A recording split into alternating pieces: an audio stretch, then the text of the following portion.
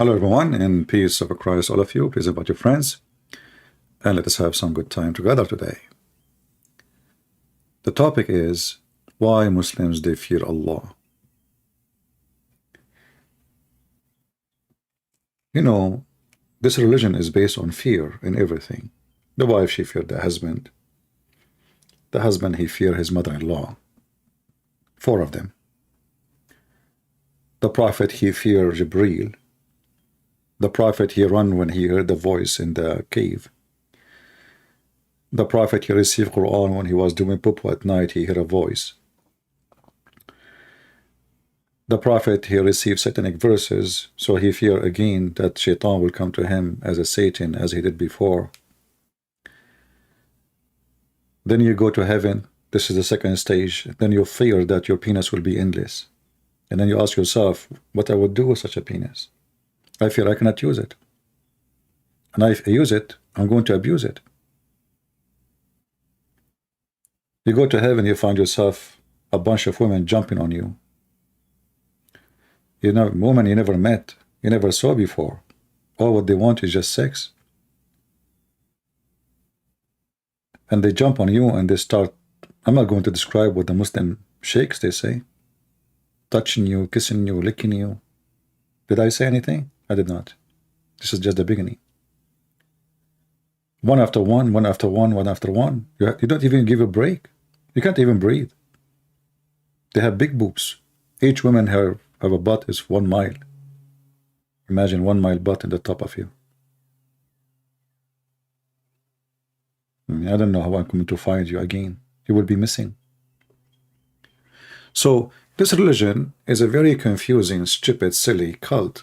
Everything in it is stupid. And today I'm going to show you a clear proof. You know, my first book, it's called The Deception of Allah. Muslims contacted Sheikh Asim and they asked him about the name of my book. He did not mention that this is about my book, but we know it's exactly the verses we quoted. I quoted. So here it says, a Christian says, the verse Allah is the best of deceiver, chapter 3, verse number 54. And you will notice the Sheikh, he agreed that this is the true deceiver, the translation. He did not say this is false translation, but listen carefully how the Muslim Abdul, with their beard, answer us. From Holland, he says that some of the Christians say that the verse Wallahu khayrul makirin, that al-makr is an attribute of deception. And how can Allah deceive others? First of all, Abu Uzair, do we take our religion from the Christians? Really? This is nonsense. Nonsense. Look at the people who talk about our religion when they can't even explain how is their God 3 in 1. This is heads and shoulders. Can you explain how Allah is one?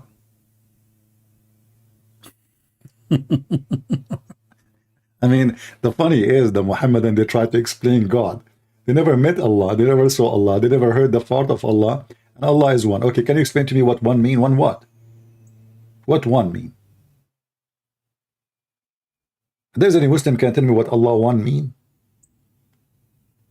You don't even know what you are talking about.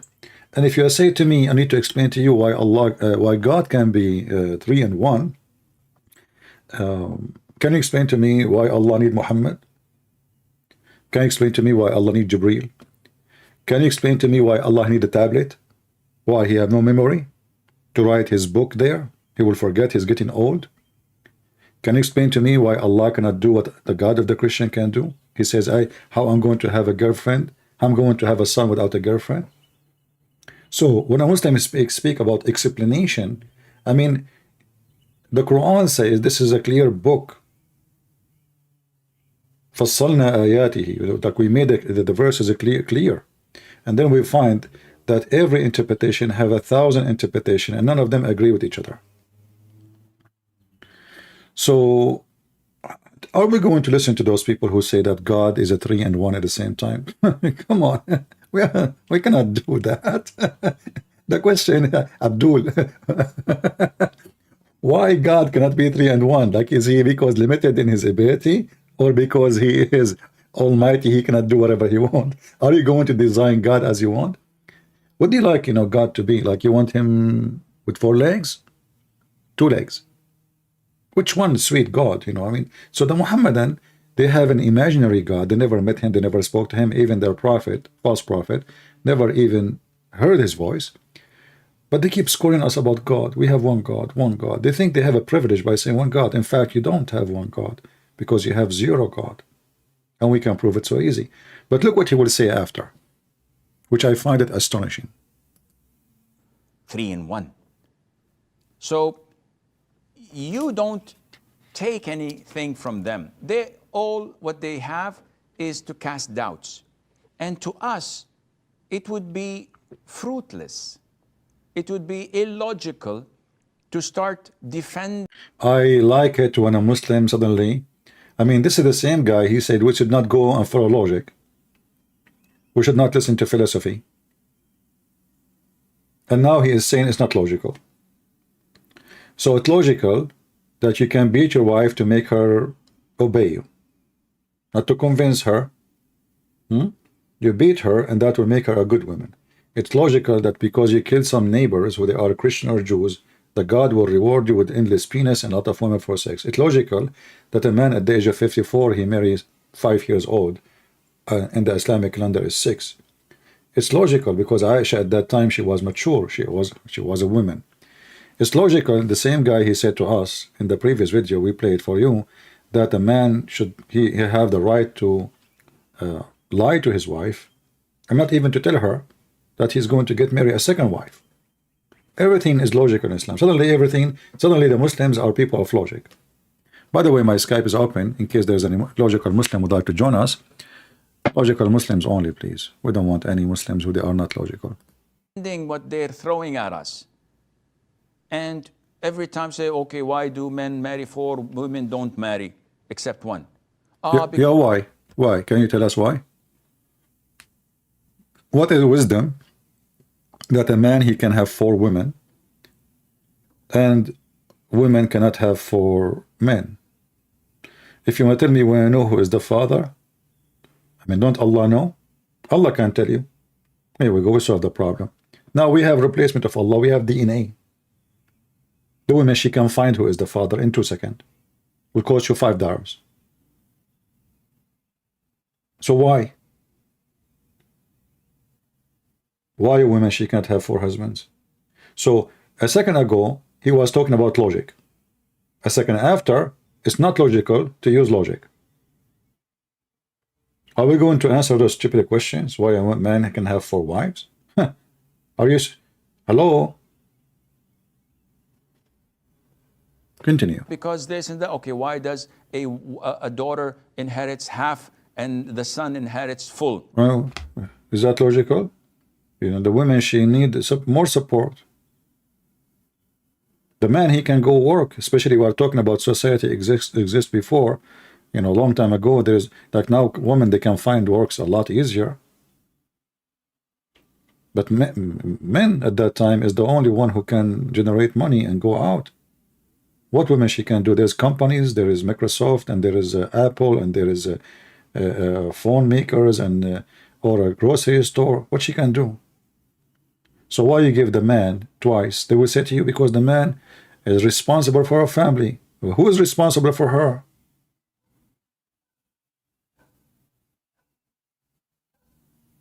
So don't ask those questions. That is the logic. Because of this, why do men not wear gold where women can wear gold? What? And you... Yeah, the Prophet, he got a golden ring, because he is savage and he is trashy. He could not stop looking at it, and people, they start looking and says, look at this guy, he could not believe that he is ever wearing a golden ring. And then when he noticed people are making fun of him, he said, okay, you know what, I'm going to take it off. It's not right for men to wear a golden ring. That's it. That's the reason. One guy decision. It's not his God told him. There's no verse in the Quran, nowhere it says that Allah told him. Muhammad, he decide. because people are laughing at him. You know, like like I don't want to make fun of somebody is poor. That's not right. But you know, like in the Middle East, when the first time we get anything is called technology. Let us say, I remember when I was a kid he brought a watch, you know, and I got one too. The watch have a screen, you know, you can hit the button, the light turn on. Like everybody was wow, and the kid was so proud about having it. This is what happened with Muhammad. The difference is Muhammad is a savage man. He never holds something valuable in his hand, and now he have a golden ring. And if you question where the golden ring came from, you will laugh. So a prophet of God, a decent man, he is busy with the ring. The ring took over his brain. He can't even focus on what people are saying. A ring. And remember here, it's gold ring. A Muslim man, you will see Muslim men now, they wear a lot of rings actually, but they don't wear a golden ring. But does it make a difference? Why anyway a man wanna wear jewelries? Because it's just, you know, what about platinum? Platinum is silver color. It's more expensive than gold. But the question is why a man is wearing jewelries? You want to be pretty? You want to show your worth? You want to tempt women that you are worthy, like we see, you know, many people do, like the pimp Andrew Tits, you know, showing me cigar and champagne and airplane. All of those, a man of God will be the loss of his interest.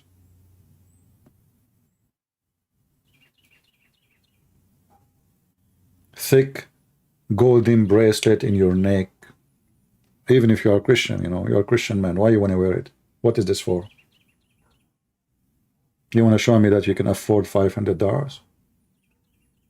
You are a man, you are the hero, you look pretty now. So, you know, the Muslims, they avoid the questions by avoiding it. Say, why you want to answer them? Why we should answer them? Don't answer them. But isn't it all of Islam is about supposedly answering us, refuting us, getting us busted? Isn't it all the Quran is about attacking the Christians and the Jews? Suddenly you don't want to answer us. And this is what happened with Muhammad when a bunch of Christians, they came from Ethiopia asking Muhammad to debate him. You know, Muhammad, he could not answer them. In fact, they stand in the front of his house for a day, one day, asking him, let us talk about the Messiah. Let us talk about how Mary, she is the sister of Aaron. Muhammad, he knew he is no match to debate those Christians. So what he said? Look at the answer. Whoever dispute with you concerning Isa, aka Christ, okay, what you do with him? Read carefully and love. After this knowledge has come to you, what knowledge? What knowledge come to him? Nothing. I.e. Isa being a slave of Allah. The Muslims adding words to the Quran. You see, all of this is not in the Quran. I.e. Isa being a slave of Allah. If the Quran says that, no. If you change the translator, this is Hilali and Khan. Let us go to different Abdul. Yusuf Ali. The knowledge came to Muhammad, brother. If anyone dispute in this matter about who? About the Messiah. Now, after the full knowledge has come to thee, say, come. You think Muhammad now is asking for a debate? Like Mimi Hijab, he says, who you want me to debate? They said to him, Christian Prince is making out of Muslims leave Islam. And then what he do? Did you say that? Hang up. Did you say that? Wait for him. Did you say that? You did not debate me. Come.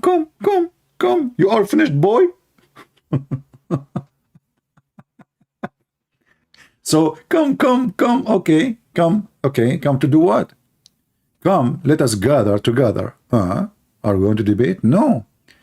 Bring your sons and our sons, our women and your women. Those are monks, you donkey. Those are monks who came all the way from Ethiopia. You are saying to them, bring your women, I bring my women.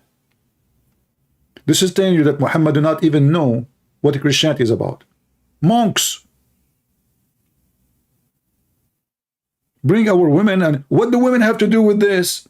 So now I want to debate Mimi hijab and Lili Dawa. I say, hey, Mimi, bring your wife. No, I don't mean Lili Dawa. I mean the wife, the real wife, not the transgender. Christian Prince. Don't talk, please. Your voice is annoying. Lily, bring your wife, the real wife, you know, not Mimi hijab. So come here. What the wives have to do with this? What the children have to do? Because they have no answer. And now let us ask Allah to curse the one who is lying. I mean, are you saying to me your stupid God will not punish me for lying about God unless I ask him to curse me?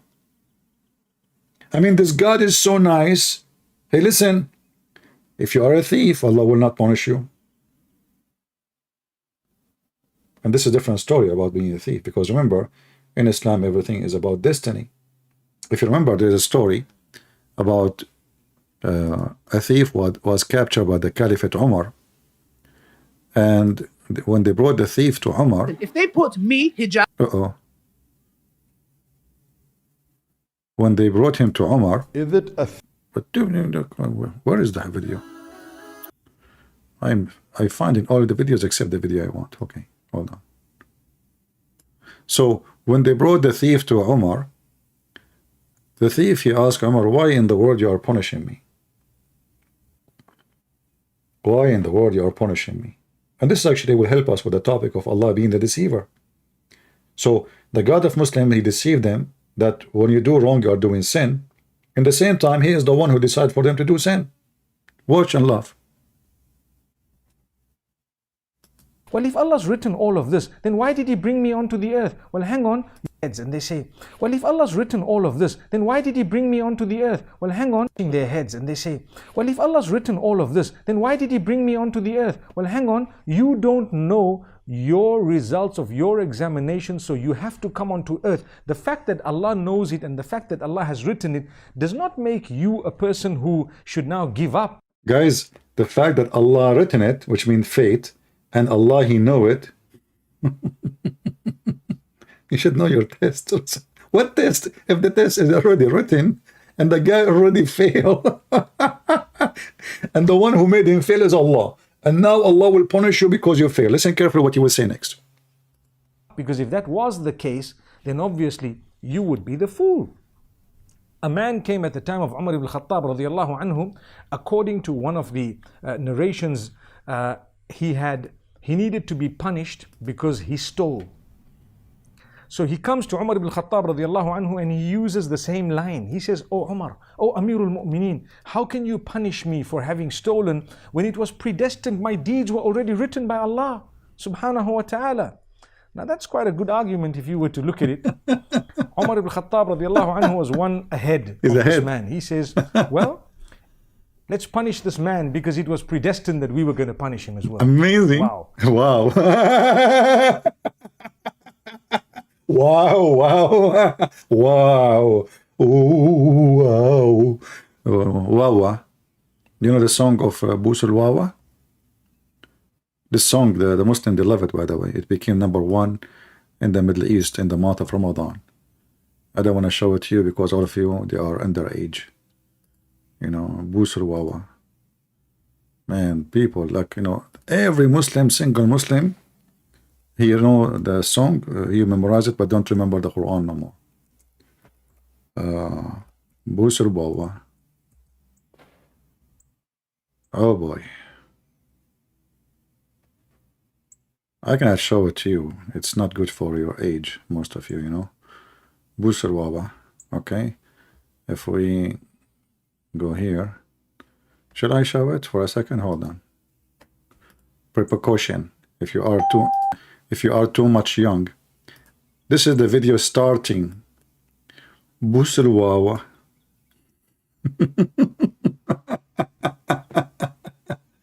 Every single Muslim, he have it in his phone. What happened? What happened? Who is going to kiss who? Oof, okay, stop here. That's it. We will not go further. All right. So, fornication in Islam is a destiny. Theft is a destiny. Busilwawa is a destiny. This woman, she is getting naked, is a destiny. And Umar al-Khattab is going to punish you because he was doing a destiny act. It was my destiny to punish you. It was your destiny to be punished by me. It was your destiny to commit theft. And it's my destiny to punish you for the theft which Allah, He decided you should do.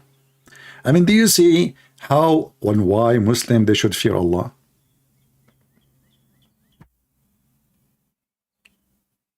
Don't you see why should fear Allah? It's a joke. This God is a devil. He's not trustworthy. So this God, he made this man commit sin. And this sin in this case was a theft. And now the thief, he's asking the caliphate, why in the world you want to punish me when this was a predestiny? And even Mufti Menk, he said that, predestiny. Not me who said that. You see, the Muslim, they try to hide the fact that Allah is a deceiver by saying, oh, Allah, he knew the future. No, no, no. There's a difference between. First of all, we can prove in 2 seconds that Allah do not know anything about the future. That is very easy. You can call me right now and I can show you. But the predestiny that a man committing sin or anything is a proven to us that Allah is the real devil. And if this is true, that means Allah is unjust. That means I am punished for something I did not decide to do. It was the destiny of Allah, which is His decision, not mine. And here you ask yourself, who in the world will believe in such a garbage cult? What is the point of the whole cult then? If Allah decides for Adam, as the hadith says, and we show it many times, we can show it again. Adam's sin was destiny. Adam did not commit sin. Adam, he said to Moses, according to Muhammad, we do not know how they met, but don't ask Muhammad about history. He is the best historian. So when Moses, he met with Adam, and Moses says to Adam, because of you, Adam, we are out of heaven. Adam, he said to Moses, you idiot, son of mut'ah.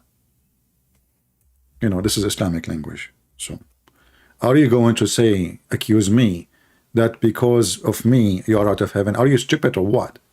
Don't you know that Allah, He wrote my destiny 40 years before He created me?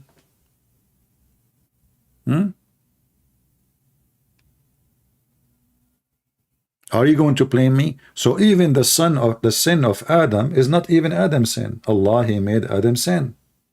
It's in front of you. All of this is authentic.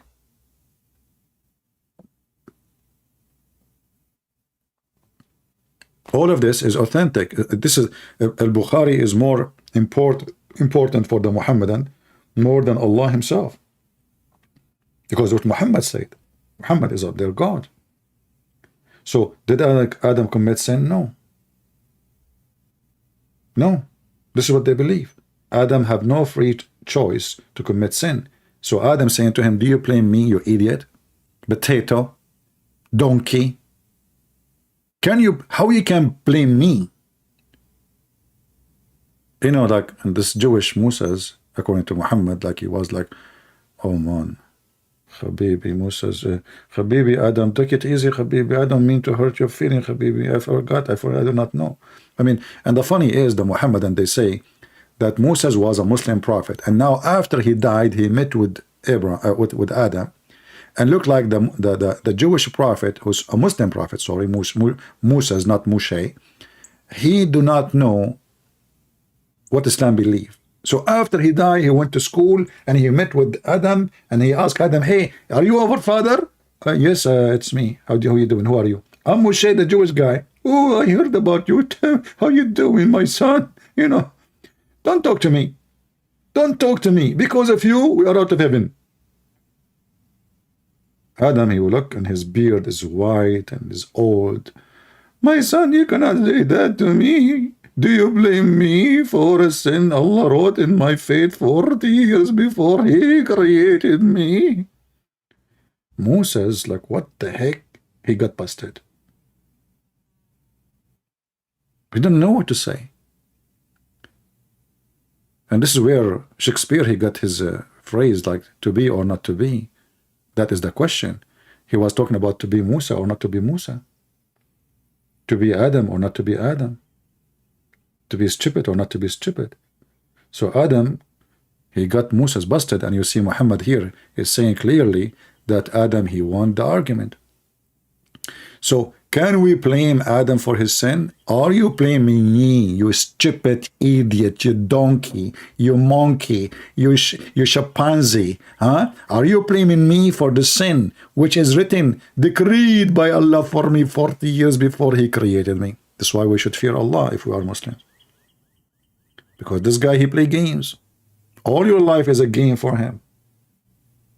Everything you do in life, it's not you who did it. Even when you kill in Islam, it's not you who killed, it's Allah. If you go in the Quran, it says, وَمَا رَمَيْتُ وَإِنَّمَا اللَّهُ رَمَى. It's not me who shot the arrow, you know, it was Allah. Don't worry about it. You know, you killed people. Don't worry. Yeah, there's blood in your hand. No. You know, you have no idea. It was Allah. Allah is the one who killed them. Chapter 8, verse number 17. You slowed him not, but Allah slowed him. And Muhammad, he gave them this statement, so every Muhammadan, he don't feel guilty when he's slaughtering innocent people. This is why you see Al-Qaeda and ISIS, when they slaughter somebody, they quote the very verse in front of us.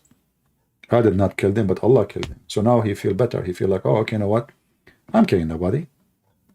This is a very, very much satanic cult. Again, if you are a Muhammadan,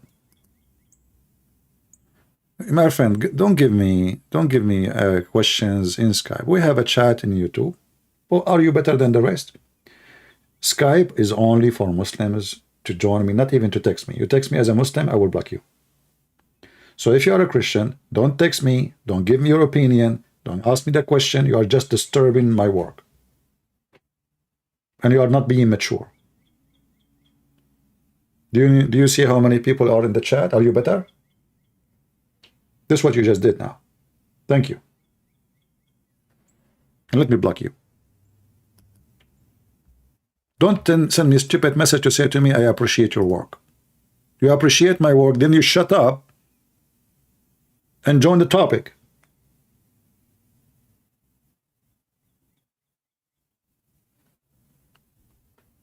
Dummy people. Where is your maturity? Where is your intelligence?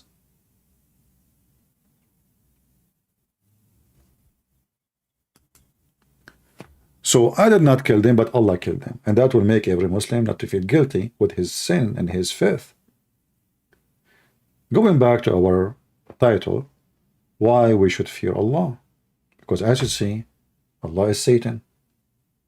He convinced you with his satanic idea that when you kill somebody, you did not kill him, I killed him.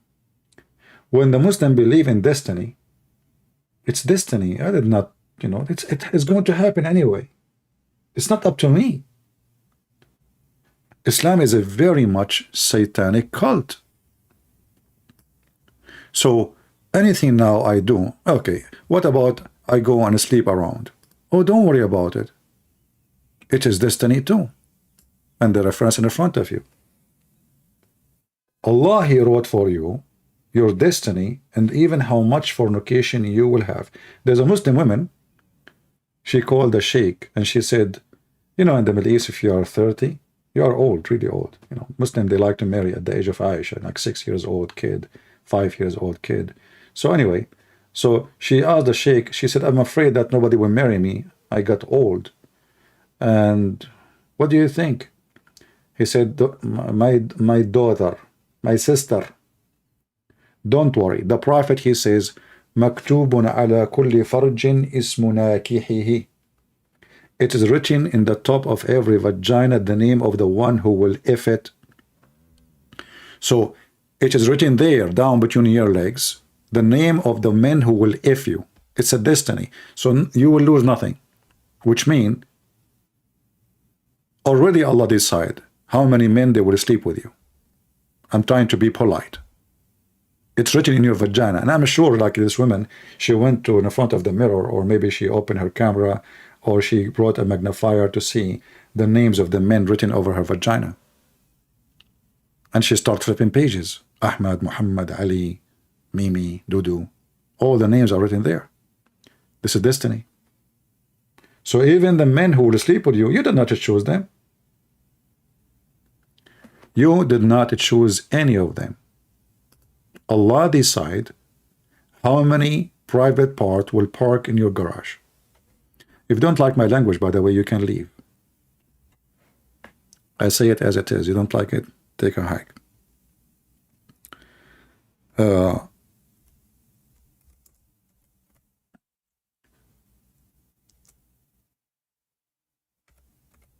Everything in this cult. And the funny is, the Sheikh, we play his video, he was talking about logic. You know, he says, how God can be three and one at the same time. You know, is that logical? So is it logical that you decide for this woman who was going to sleep with her, who was going to do boom boom to her? Is that logical? Does God, he have nothing to do except writing names over vagina? And you know, actually, as long as we are talking about Adam here, the hadith we mentioned that Adam, he mentioned that Allah wrote his destiny 40 years before he created him. You know, when a liar he speak, he don't remember the story, and the numbers can be very huge difference. It's not like, you know, okay, I forgot. Okay, I went there maybe in 2010. No, maybe 2007. You know, that's possible. But there's no way a prophet of God is quoting another prophet of God. He changed the number in a massive way. As an example, here it says, and you can read with me. It says, Adam, he says to Moses, are you blaming me for something which Allah has decreed for me 40 years before he created me? So what is the number here? 40 years. We go to different hadith, we will find that it is 50,000 years.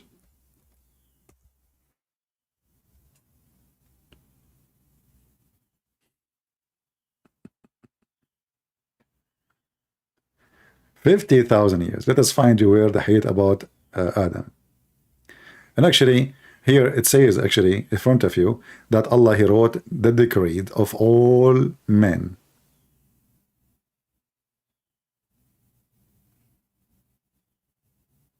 $50,000 years. So how Adam, he says 40 years?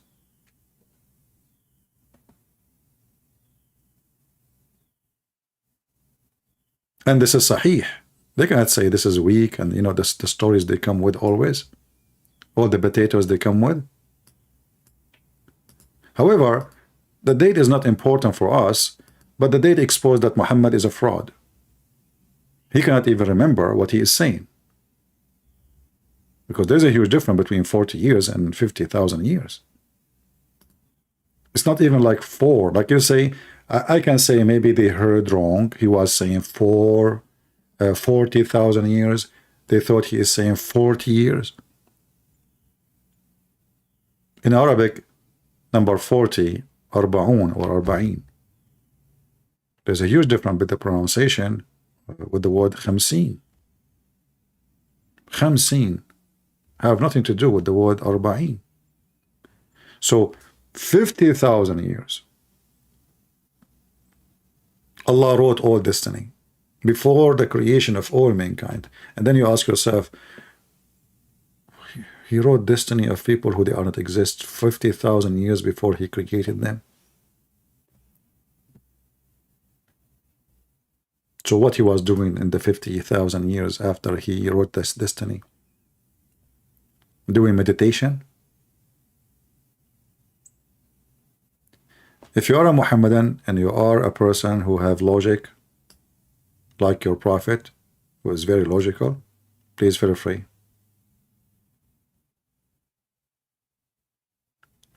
Adam admitted that this is his fault. I don't know how Muslims they see things. How Adam admitted this is his fault? If Adam saying, do you blame me for a sin decreed for me 40,000 years before he created me, according to you, Adam, he admitted his fault?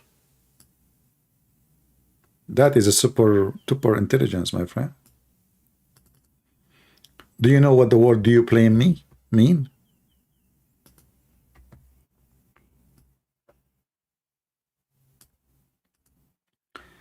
When somebody says to you, "Do you blame me?" that means he don't agree to blame him,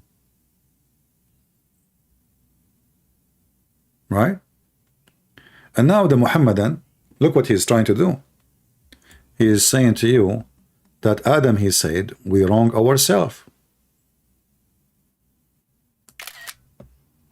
That means Adam is lying and Muhammad is lying. Because if Adam saying we wrong ourselves, then the story of your prophet is a fabricated. Muhammad is lying. Because it can't be both. But I will explain to you how the Muslim scholars explain this. That Adam, because he want to seek forgiveness, he took what happened on him, so Allah will forgive him. And that was destiny anyway. Which means when Adam, he says this to Allah, Allah wrote this to Adam to say. It's like the Joe Biden speech, which he did not write and he did not know. This is why he cannot write. He can't read it. They put him in front of him in the screen, and he's looking at the screen and like, yeah, you know, the Ching Chong, Mr. Ching, this is okay, well, not Mr. Chin. Shin. Okay, Shin. Okay. So are you know, call me and let's read together so we can laugh. If Allah, he predestined, how Adam, he said to Allah, we wrong ourselves. How he wrong himself? Are you against the Quran too? Because the Quran says Allah is the one who wrote your destiny before he created you. I remember the Quran says, if this is a book made by other than Allah, you will find in it a lot of contradiction. And this is why we say Islam is very funny and silly and stupid. You know, when Mufti Mink, he is so proud speaking about how the Sheikh, how the Caliphate, speaking that Allah, he predestined the punishment for this man. That means even there's no justice in Islam, because simply it's not you know, a decision of a judge. It is a predestiny. You know what I mean? Even the judge, when he make a judgment upon you, it is not your judgment. It's not his judgment. It is the judgment of Allah.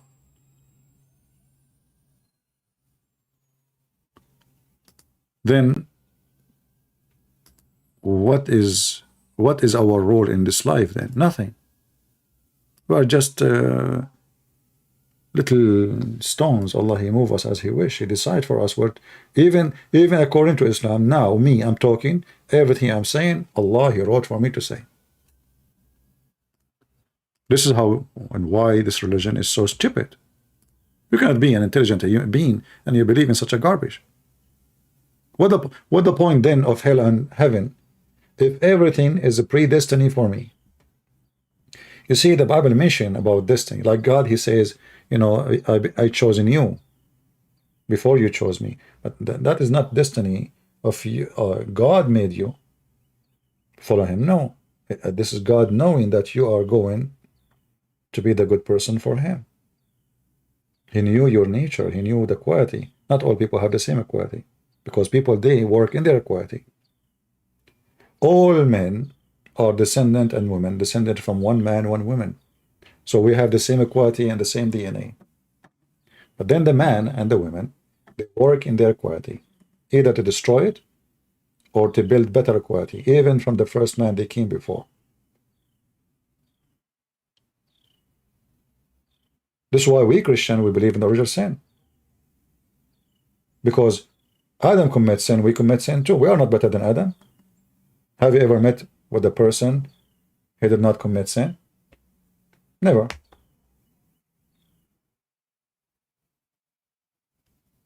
So Adam out of heaven because of sin, so why we will be there? But if you are the Muhammadan now, if you don't believe in the original sin, why you are out of heaven? And here, if you go to the hadith, which mentioned by Muhammad, you will find that Moses, he agreed with the Christians. Moses, the biggest lies the Muhammadan did with following Muhammad, they claim they hijack every name. Moses suddenly became a Muslim. Abraham became a Muslim. Even Adam was a Muslim. I mean, everybody is a Muslim. Even the cat, she converted to Islam. She don't walk over the Quran. But those stories in the yellow pages of Muhammad expose that Muhammad is a fraud and Islam have nothing to do with Moses. Because as you see, Moses believed in the original sin. He didn't believe in Islam. But the stupid Muhammad, when he mentioned this story, he never thought that time would come and people will laugh at him like what we're doing now. Showing how he converted himself. This is a man, his name is Moses. He is one of the mighty prophets of God, according to Muslims. And Moses, he died, and yet he did not know that he should not blame Adam for the sin. And yet a Muslim, he is, in his 6th grade, he knew that in Islam we don't accept original sin. Is that logical? That Moses himself do not know? And if we ask the Muhammadan, how in the world even Moses he met? Adam. If there's any Muslim can help us?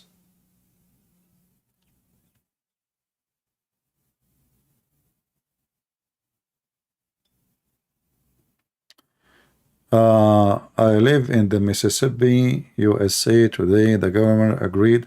Will complain. Go again. My friend, any Muslim, any right the Muslim they can gain in USA or in the West, it's not their problem. It's your problem. The majority of people became potatoes, and they go in chat and they complain. What about you go and vote against it? What about you grab signature? If a Muslim he want to pray in the mosque and do adhan without speakers, fine. I mean, this is his religion, and he is performing his prayer. But to pray and the sound will go around, then that means either the Muslims in that area became a big number, and you became the minority, and then shut up, get out, they took over you, or you are a stupid potato, and the minority taking over the majority. And this is exactly what's happening. So don't complain. Christian Prince, you didn't know the governor. Why the government do that? Because he don't see anyone will do objection. He don't fear that he will lose election next time. Get a new government, he will cancel that. One of the things I don't like about some people is they cry a lot. Do you know? No, I don't know. But there's only one thing I know. If you don't fight for your right, you have no rights. If you don't defend your house, you have no house. If you don't defend your wife, you don't have one. She will leave you anyway. So don't cry for if somebody win, that because you lost. So ask yourself, why the governor he do that? Because you're not there. Actually, there's a comment in the previous video. He says, Christian Princes, stick away from topic. We Christians should not go to the... This is exactly what happened. You stick away. The Christian, they took a stand. Oh, politics is evil. It's from the devil. Those politicians, they are liars. So what we do? We sit for the last 100 years in the West, watching the evil liberals taking over us. And what the Christian they do? Look what they are doing. Look what they are doing. Can you believe it? It's not their fault. It's your fault because you listen to stupid priest who says to you that Christians should not be involved in politics. And now somebody like Joe Biden, he is in charge of your life. He can tell you what to do, what not to do. He can quote Muhammad. Did you ask yourself why Joe Biden is not even quoting the Messiah? He want the Muslims to vote for him. Christians don't count. You know, they are not united. They don't even have a party. They don't have leaders. You know. So even the Muslims in USA is very little number. They're a very tiny number. But they are more effective because they fight for Islam, and you sit watching doing nothing. But this is not our case here. So those who complain too much is the losers. Those who work for victory is the warriors. And you never win war with the devil by losers who complain, but by warriors who go for war with the devil. Just take that from me.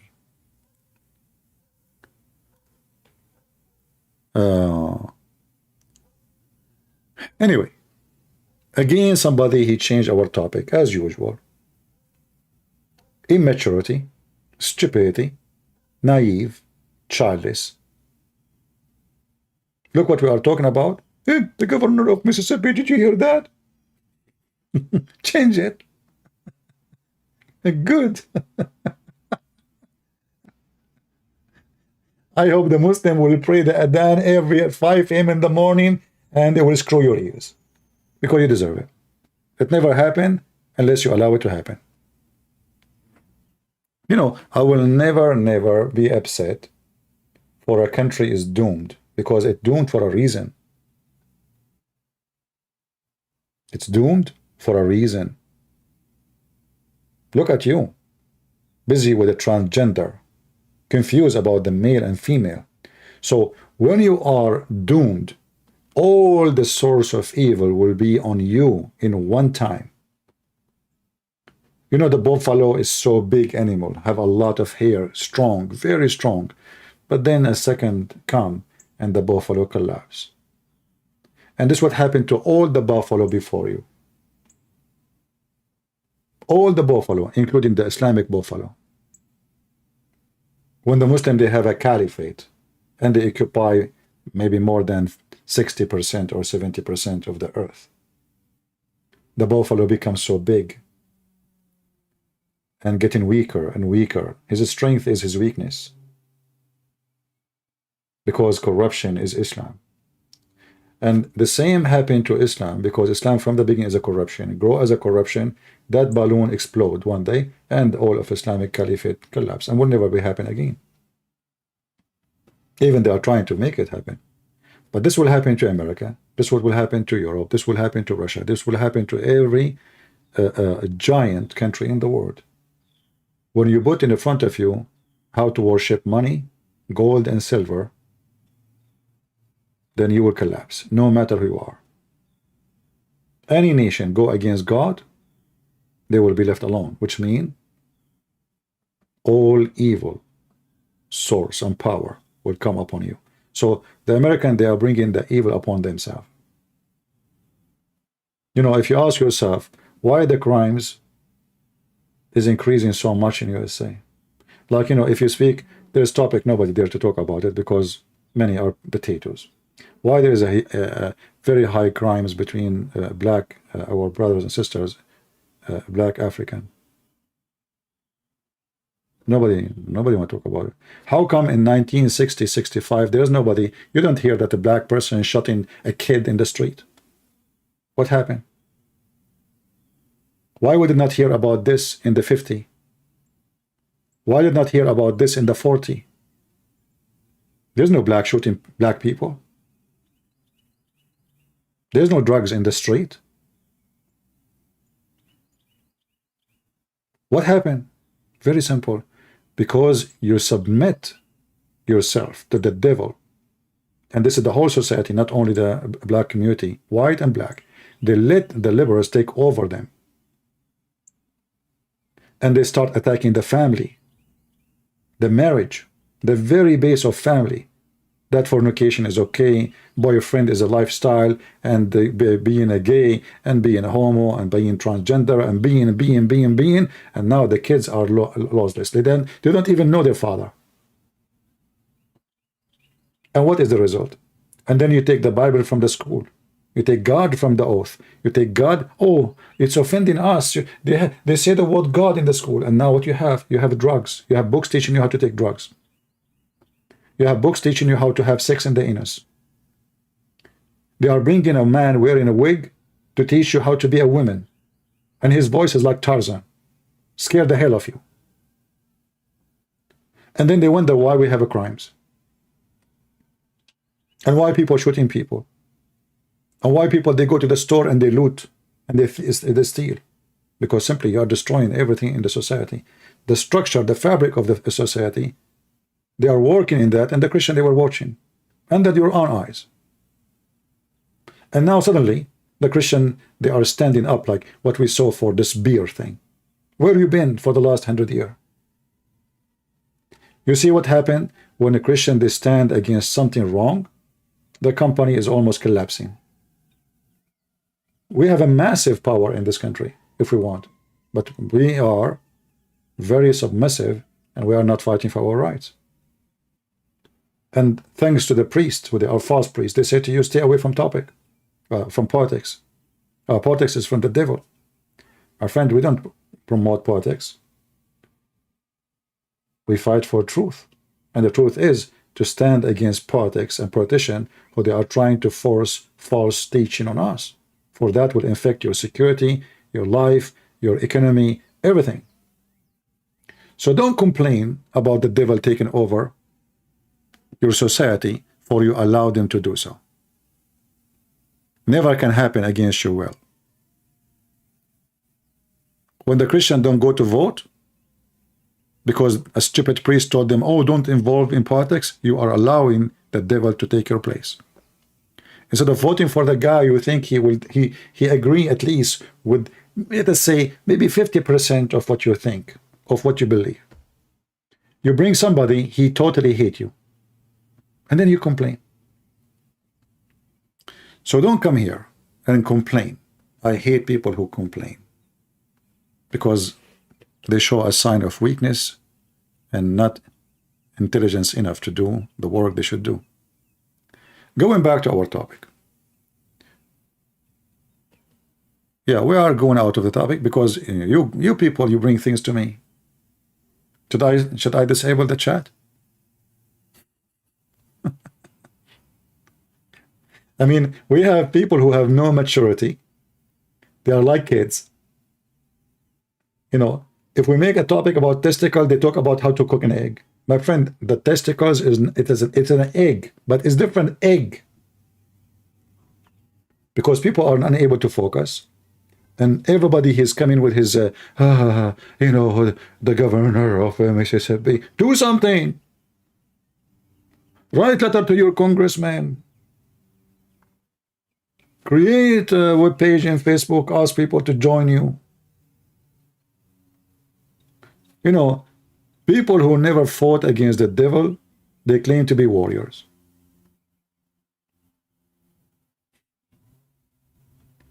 It's like those, you know, they go like Andrew Tate. He claimed to be the man, but he never ever been in the army. So where is the man you know, fighting for money in the stage? What about go to the real world? Let us see how man you are. Let us see how long it's going to take you before you start crying. Talk is cheap. Everybody is warrior, but nobody do anything. Anyway, Allah is not a person I fear for a very simple reason. He does not exist. How you can fear something does not exist? And I don't fear Satan, even though he exists, for a very simple reason. Because I have what prevented me from following satanic teaching, And the problem in your country and all the countries around the world, that satanic teaching became the golden teaching. You put it in school.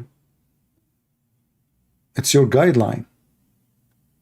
And why it happened? Because society tolerate evil to become the ruler. Like, you know, when the liberals in USA, they said we want to do support abortion. Did you ask yourself how even in the world, even a woman, she will do that? And she will vote for it? Because simply they destroy the ethic of your women. For sure, not all. To the point, those weird people, they speak about cat right, dog's right, but they kill babies. If you go on the street and hit a cat in your leg with your foot, 1,000 person will call the police for you. Suddenly everybody have ethic. You take a child, you dump him in the toilet seat, you're a good person. We make it legal. And they claim that my body is my choice. But this is not your body. This is another person. And then they try to be smart and they say, oh, you know what? If it is a few weeks old, it's okay. That's false. 1 week, 2 weeks doesn't make any difference. Like, is he like a watermelon? The size does matter. So a human being, always he try to justify his evil, and when you justify your evil, you end with the evil. You became a companion of evil. You became a host of evil. And then after some time, because you are used to evil, the evil become normal. And then you ask him for more evil, because the normal is normal now. We want more. So a Muslim, he fear Allah, because as you see, Allah is a liar, is a deceiver. He wrote your destiny. He will punish you for destiny. He wrote for you. Allah, he lie. And you know, the funny is, the Muslim sheikh in the video I was playing for you, in his video, he said something very, very embarrassing. Look what he said. Take anything from them. They all, what they have is to cast doubts. And to us, it would be fruitless. It would be illogical to start defending what they're throwing at us. And every time say, okay, why do men marry 4, women don't marry, except 1? Because this and that. Okay, why does a daughter inherits half and the son inherits full? Because of this. Why do men not wear gold where women can wear gold? What? And you spend your time refuting their allegations, which is not fruitful. They don't believe in the system to begin with, so why would I waste my time with them? First of all, Allah tells us in the Quran, قُلْ يَا أَهْلَ الْكِتَابِ تَعَالَوْا إِلَى كَلِمَةٍ سَوَاءٍ بَيْنَنَا وَبَيْنَكُمْ. Oh, people of the book, come to common terms. First of all. He just said, why you want to waste your time with them? And he just quoted the verse, says, talk to them. And tell them this. I thought it looked like Allah is stupid too, because he's asking the person who's asking the question, why you want to even talk to them? Why you want to even answer them? And then he quoted a verse from the Quran saying, Allah says to them, Allah said to them, to tell us to say to them, come, come, come. I thought we should not waste our time. And here you see why Islam is very easy to defeat, because Islam is so stupid. Islam will flourish only if the Muslim is speaking to someone have low education, low IQ, and very naive. You have to be very naive. But listen to them carefully. You will find in every second contradiction. We should not answer them. And okay, the Quran says this to them. You want to discuss things about Islam? I have no problem. Let's establish, first of all, this universal fact that there is no other God worthy of being worshipped except Allah, and not to associate others with him. How is that? Oh, no, we will talk about this. So, guys, let us, if you agree with me, there's no God but Allah to worship, we can talk. But that means that means we lost the debate already. I mean, do you see the stupidity? We will debate about what? If I agree that Allah is the God to worship, we will talk about what? Let us see. There's a Muhammadan trying to contact me, maybe. We will see.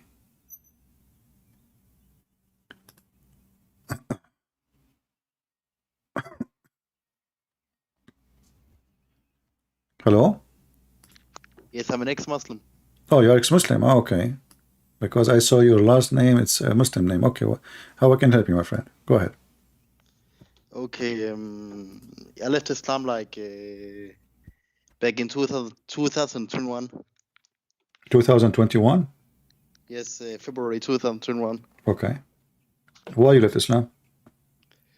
I watched some of your videos and videos of Rob Christian and Sam Shamoon and other guys, David Woods and stuff like that. Okay.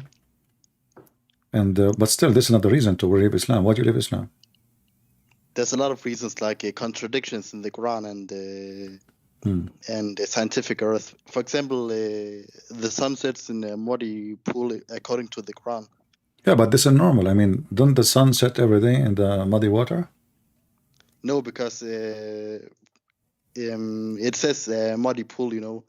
Yeah, but you know, okay, how we know that the sun not actually really go and take a bath every night at the end of the day in the pool? How you know? Have you ever, did you watch a movie like where there's you know, people jumping in the pool? Okay, the sun jump in the pool. What's the problem? It's unscientific. No, it's not. It's not against science, because logically, there's a big pool somewhere. You know, we do not know where it is. And Zulkarnain, he found the pool. You know, and then you know, he found that the sun wearing bikini and jump in the water, and she was very beautiful.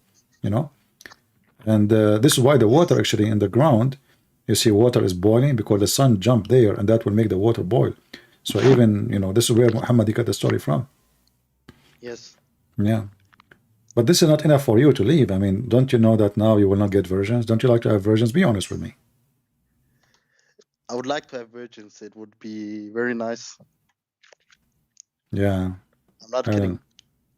Yeah, you're not kidding. I know. You know, me too. I like to have virgin oil. It's very good. But you know, actually not, because they are. You can see through the marrow of the bones, and that's not attractive. You are not like the kind of men they like bones. Because but there is some men. There is some men they like bones. You know, like a woman. Like, you know, when you go to heaven of Allah, you will not say to your wife, "I like your lips," because you cannot see them. Yes. You will say to her, "I love your bones." You know. So you know, for you, you think this is funny and stupid, but reality, you know. This is very well known that men in heaven, I know many men from heaven who really like women bones. They don't get attracted to like women legs or ass or boobs, or no. You know, you will look at her and says, "Honey, your bones, oh, I'm melting." You know, because Allah will turn you like, will make you like a dog. You know, like well, you know, the second you put a bone in front of a dog, you know, he go crazy and his saliva is coming. That's what will happen to you in heaven of Allah. So Allah will redirect your vision to see the beauty of the bones, you know. So like, this is why there's a big fantastic team used to be called Boniim. It's coming from the bone of Allah. So yes. You know, you go to heaven, now you are relaxing in your house, and you have all those virgins are naked, because you can see through anyway, even if they wear clothes, who care? So you can see through their bones. And imagine, you know, you are coming from which country you are coming from? I'm not. I don't want to tell which country. Okay, don't tell me. I can't tell you. You are coming from Brazil. All right, because I can tell you have an accent of the jungle of Amazon River in South Africa, in Shanghai. So anyway, so you go to the, you know, to the heaven of Allah, and then the woman, she greet you, and she start doing her like strip dance, like Mimi hijab. And then you look at her, you say, "Wow, this is what Allah He promised me," you know. And then you call your friends around the world. You say, especially those who did not believe in Islam, "Look what you are missing." And you can share your TV screen with them, you know. especially when those Yes. women, they put their legs up like this. So I mean, this is really, I mean, you cannot irresistible religion. And you know, I'm trying to advise you, trying to bring you back to Islam, but I don't know if it's working or not. No, I don't. I'm not gonna come back to Islam. No. But every time I talk to Muslims, for example, my brothers, they tell me I don't trust that translation, and I don't trust these hadith. Okay. They even say that Sunnah.com is made by Jews. Yeah, actually, yeah. I mean, everything made by the Jews. The cars, nuclear, you know. Yeah, I mean, the Jews, they did everything. So why not? Hadith, Muhammad, Quran, made by the Jews. And let us blame the Jews for anything went wrong. You know, Yes. this is the idea of Islam. You know, they cannot blame their prophet for being an idiot of the village, but they blame the Jews for anything. Even the Jews are not there. What? How the Jews will put stories in your books if you are the one in control of it? Where is the caliphate? Yes. Where is the scholars? You know, is Ibn Kathir is a Jew? No. Al-Qurtubi? No. Ibn Ishaq? I mean, okay, what is the Jews? So if the Jews were able to say something and then you take it from them and you put it in your Quran, well, you're the prophet of Islam himself, he takes stories from the Jews. Everything Muhammad he have, yes, we have to agree. Muhammad took tons of stories from the Jews. As an example, the story of Solomon and the ant. Don't you like the story of the ant? Yeah, I don't remember. Isn't it the story where Solomon can hear the ants talking and he understands what they're saying? No, but you know the thing about this story, you know, the kuffar, they attack it, but there is a wisdom behind it. First of all, that the ant, she was able to win the debate against Solomon. So like here you learn that little ant is smarter than a big guy. His name is Solomon, you know, and she got him busted. You know, when Suleiman, he said to her, why you are telling people I will crush you, you know? Yes. Don't you know I'm a fair prophet of Allah? She said to him, I was not really saying that, but I was fearing that you will crush their heart but when they see the beauty Allah He gave you. So the ant, she was in fear that the female ant like her, they will be tempted and seduced by Suleiman, which is very normal to happen. I mean, Suleiman is a very handsome man. The ants, they go crazy. You know, that's why if you go in the yard, the ants will be all over you. You know, like they will see like a sweet Suleiman in front of them, and everybody want to take a sugar bite. So Yes. the Quran is full of stories. All of them are stupid, and then the Muslim, they speak about logic. Like, did you Yes. hear the Sheikh speaking about logical? You know, he says, "Is it logical for God to be three in one?" What do you think about the Christian belief? Are you a Christian now or a Muslim still? I mean, No, I'm not ex-Muslim. a Christian. What do you think about the Christian belief in God to be three in one? As in, are you an atheist now? No, I believe in God, but I don't believe in religions. What do you think about the Christian belief that God is a three and one at the same time? It actually makes sense because I heard someone, I thought his name, I think his name was Anis Sharush or something. He said, for example, humans, they have a mind, body, and soul. So that's three in one, you know. Okay, Anis Sharu says that, consists of or me? members. All right. Yeah, What? but still, this is not convincing. I mean, a human being, he have that, but how God can be three and one? Is that a good answer? How he can be three and one? Because, you know, God is not like human beings. He's special. God is almighty. So the second we say almighty, it's mean everything is possible for God. So when a foolish person, he used the word God and he believe in God, and yet he don't want God to be almighty, that means his God is not almighty. So either God is almighty and everything is possible for him. It's not logical. You know, the logic does not stand with God, because it's logical. When we speak about logic, it's not logical for me to say to you, I can fly. That would be laughable, right? It's not logical to say, I can have a kid without having a wife. That would be stupid. It's not logical to say to you, I can stay without food for 100 years, even for maybe a week. So logic is something about based on the ability of nature. What is the proof for Christianity? What is the proof of Christianity? Will depend on what proof you are looking for. Like, are you the kind who seek proofs of science or proofs of logic or proofs of ethic? What you are looking for? Just any proof that is convincing. Well, all of those they come together, because you cannot take one of them out of when we speak about God, we mentioned that he is almighty, but the most important thing of the almighty is the reason for our creation. The Bible speaks about how God he loved the world. So God he loved the world, he sent his only begotten son.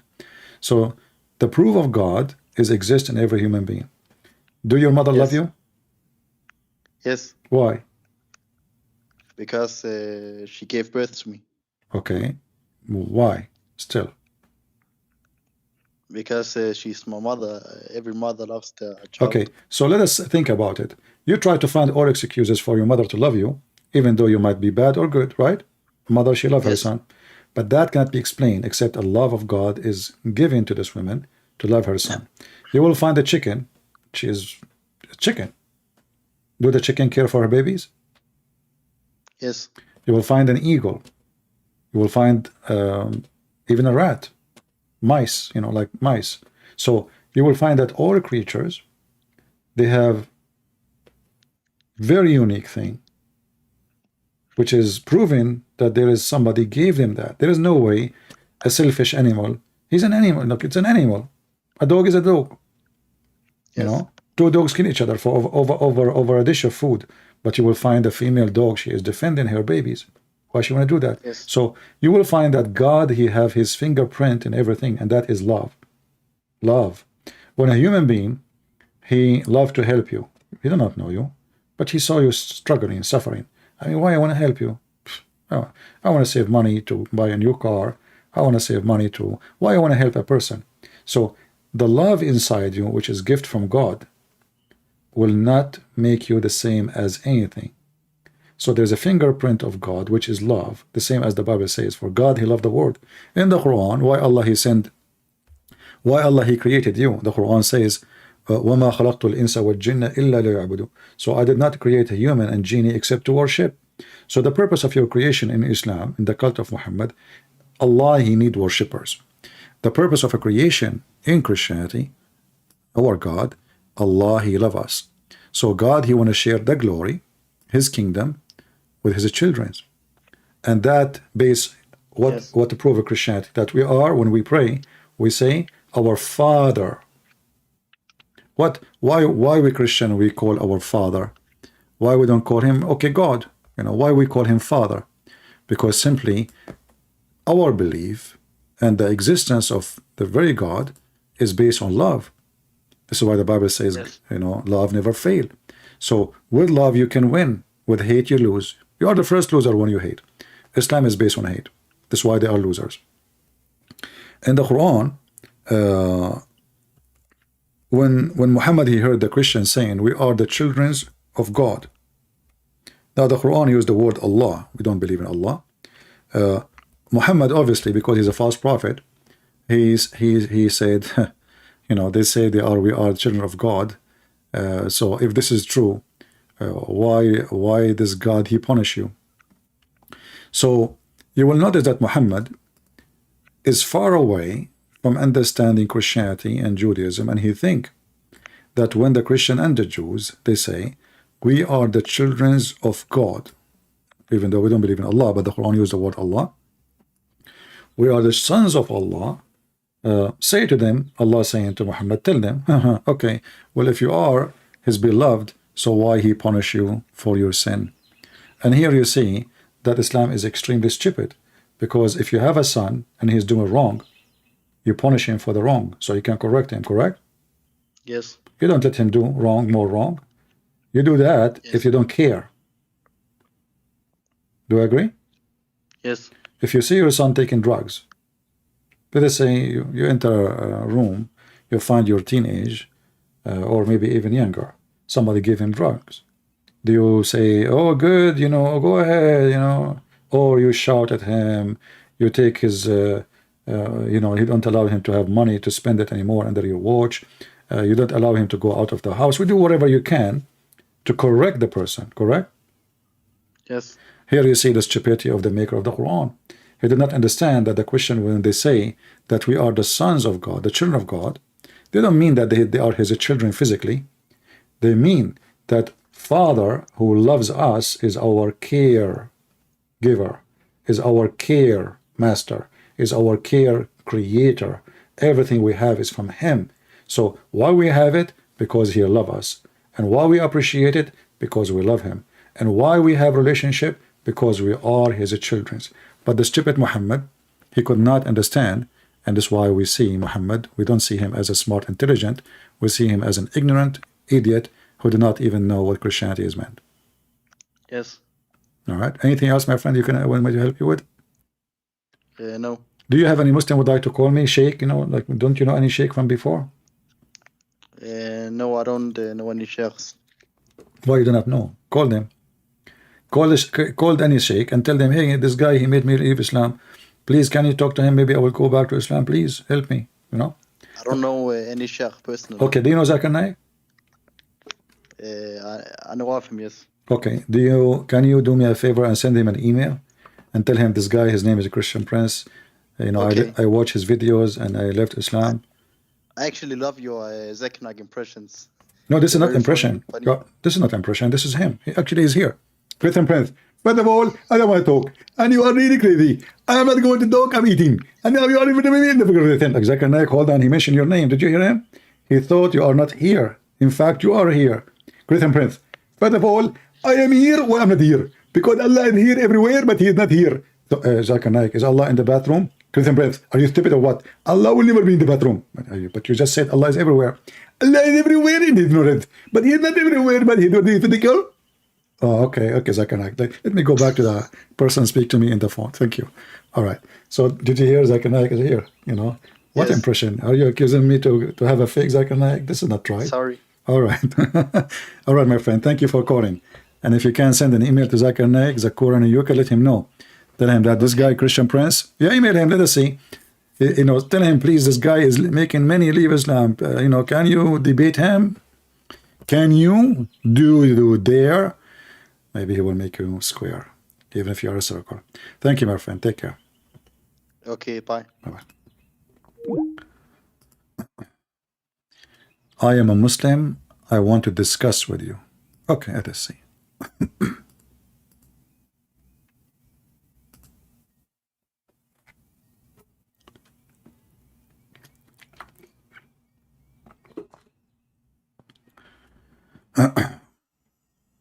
We have a Muslim he want to discuss with me.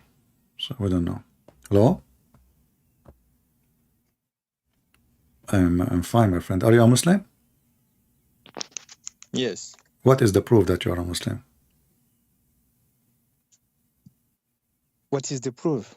Yeah, can you say Shahada? La ilaha illallah Muhammad Rasulullah. What does that mean? Oh, you want me to recite the shahada? Yeah, what does that mean? What you said to me in Arabic? I do not know Arabic much. You know, as you know, I'm from Afghanistan. I'm like Sheikh Uthman.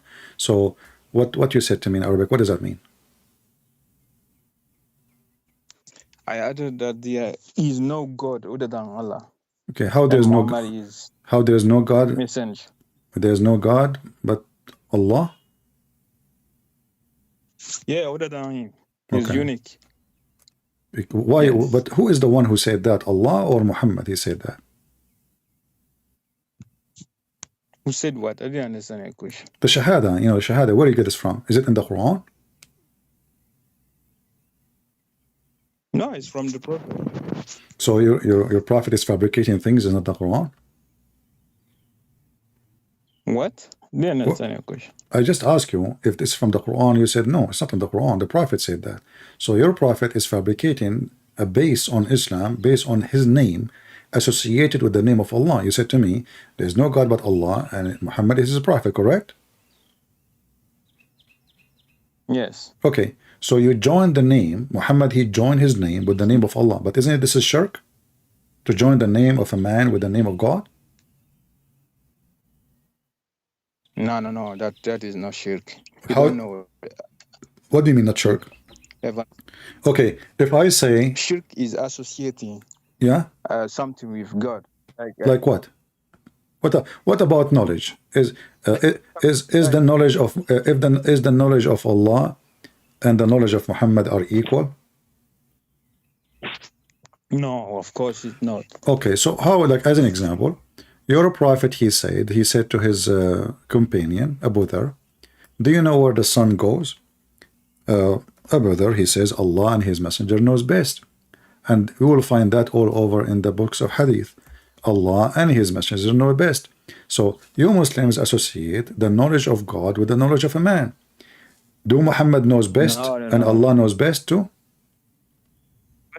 What he meant by Yeah. that Uh-huh. is because Muhammad and God is more knowledgeable than him. I No. can't. You are Christian, right? You are Christian. You are a Christian scholar. I can say, okay, Christian friends and maybe Jesus know better.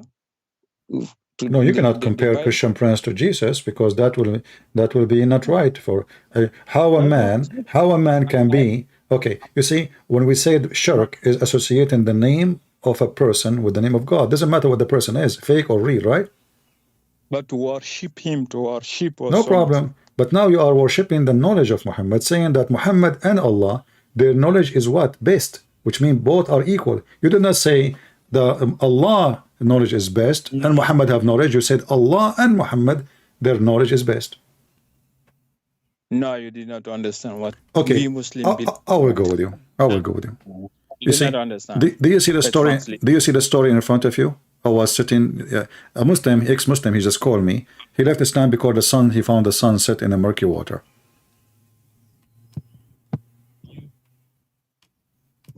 What do you I think? didn't see it. Can you read the surah in Arabic? And I can Do you know Arabic? Yeah, not too much, but I understand. I'm Okay. not. How you do not know Arabic, but you understand Arabic?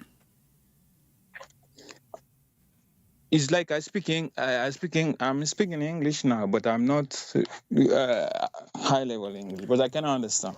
My friend, I'm asking you. You said you do not know Arabic. I don't mind to show you the Arabic, no problem. But do you know Arabic? You said no. So what the difference going to make for you? I mean, English is still better. At least you can speak English. No. If you read in Arabic, I can recognize. Oh, okay. It says the here. verse. Okay. and- Okay. Yeah. Okay. Just to recognize it. All right. It says that he says وهو على حمار والشمس عند غروبها فقال هل تدري أين تغرب هذه الشمس؟ هذه قلت الله ورسوله أعلم قال فإنها تغرب في عين حامية. What I said.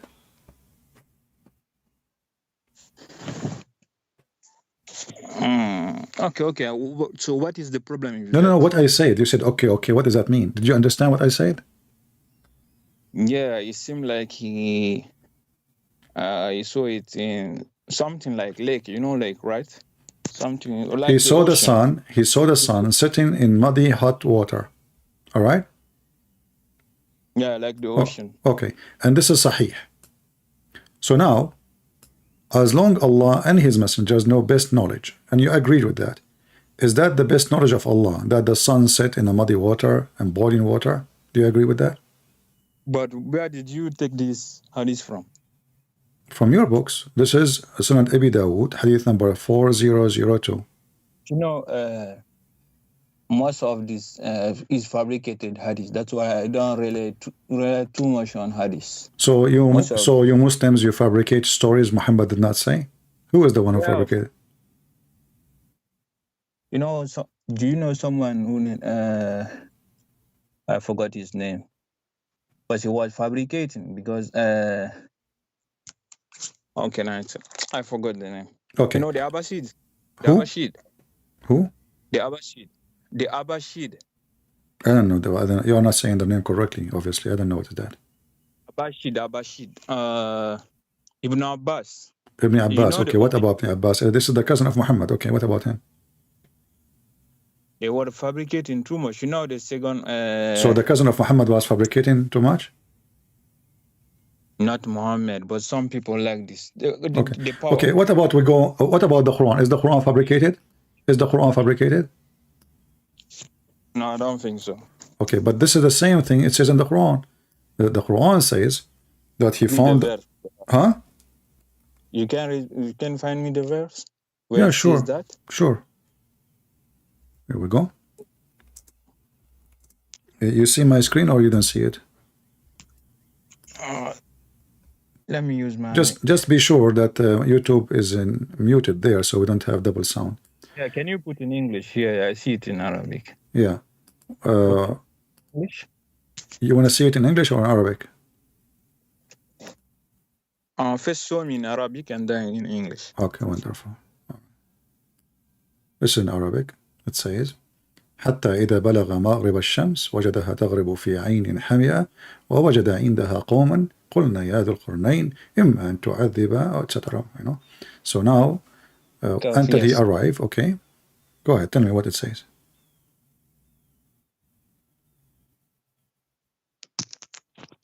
I'm not seeing too much. Until when he reaches the certain place of the sun. The certain place of the sun. Is that a good translation?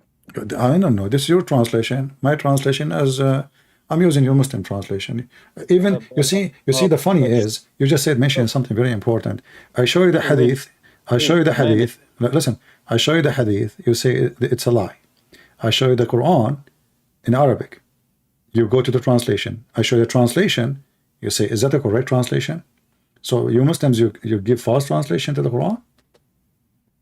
Yeah, sometimes. You know, so how we can trust anything you say to me? Are you giving me now? Are you giving me false answers too? I can answer based on my knowledge. Okay, answer. Okay, so how he found the sitting place of the sun? Let us go one by one. He reached the sitting place of place of the sun. Where is that? It's can mean maybe it's something from the south or something like this. From the south?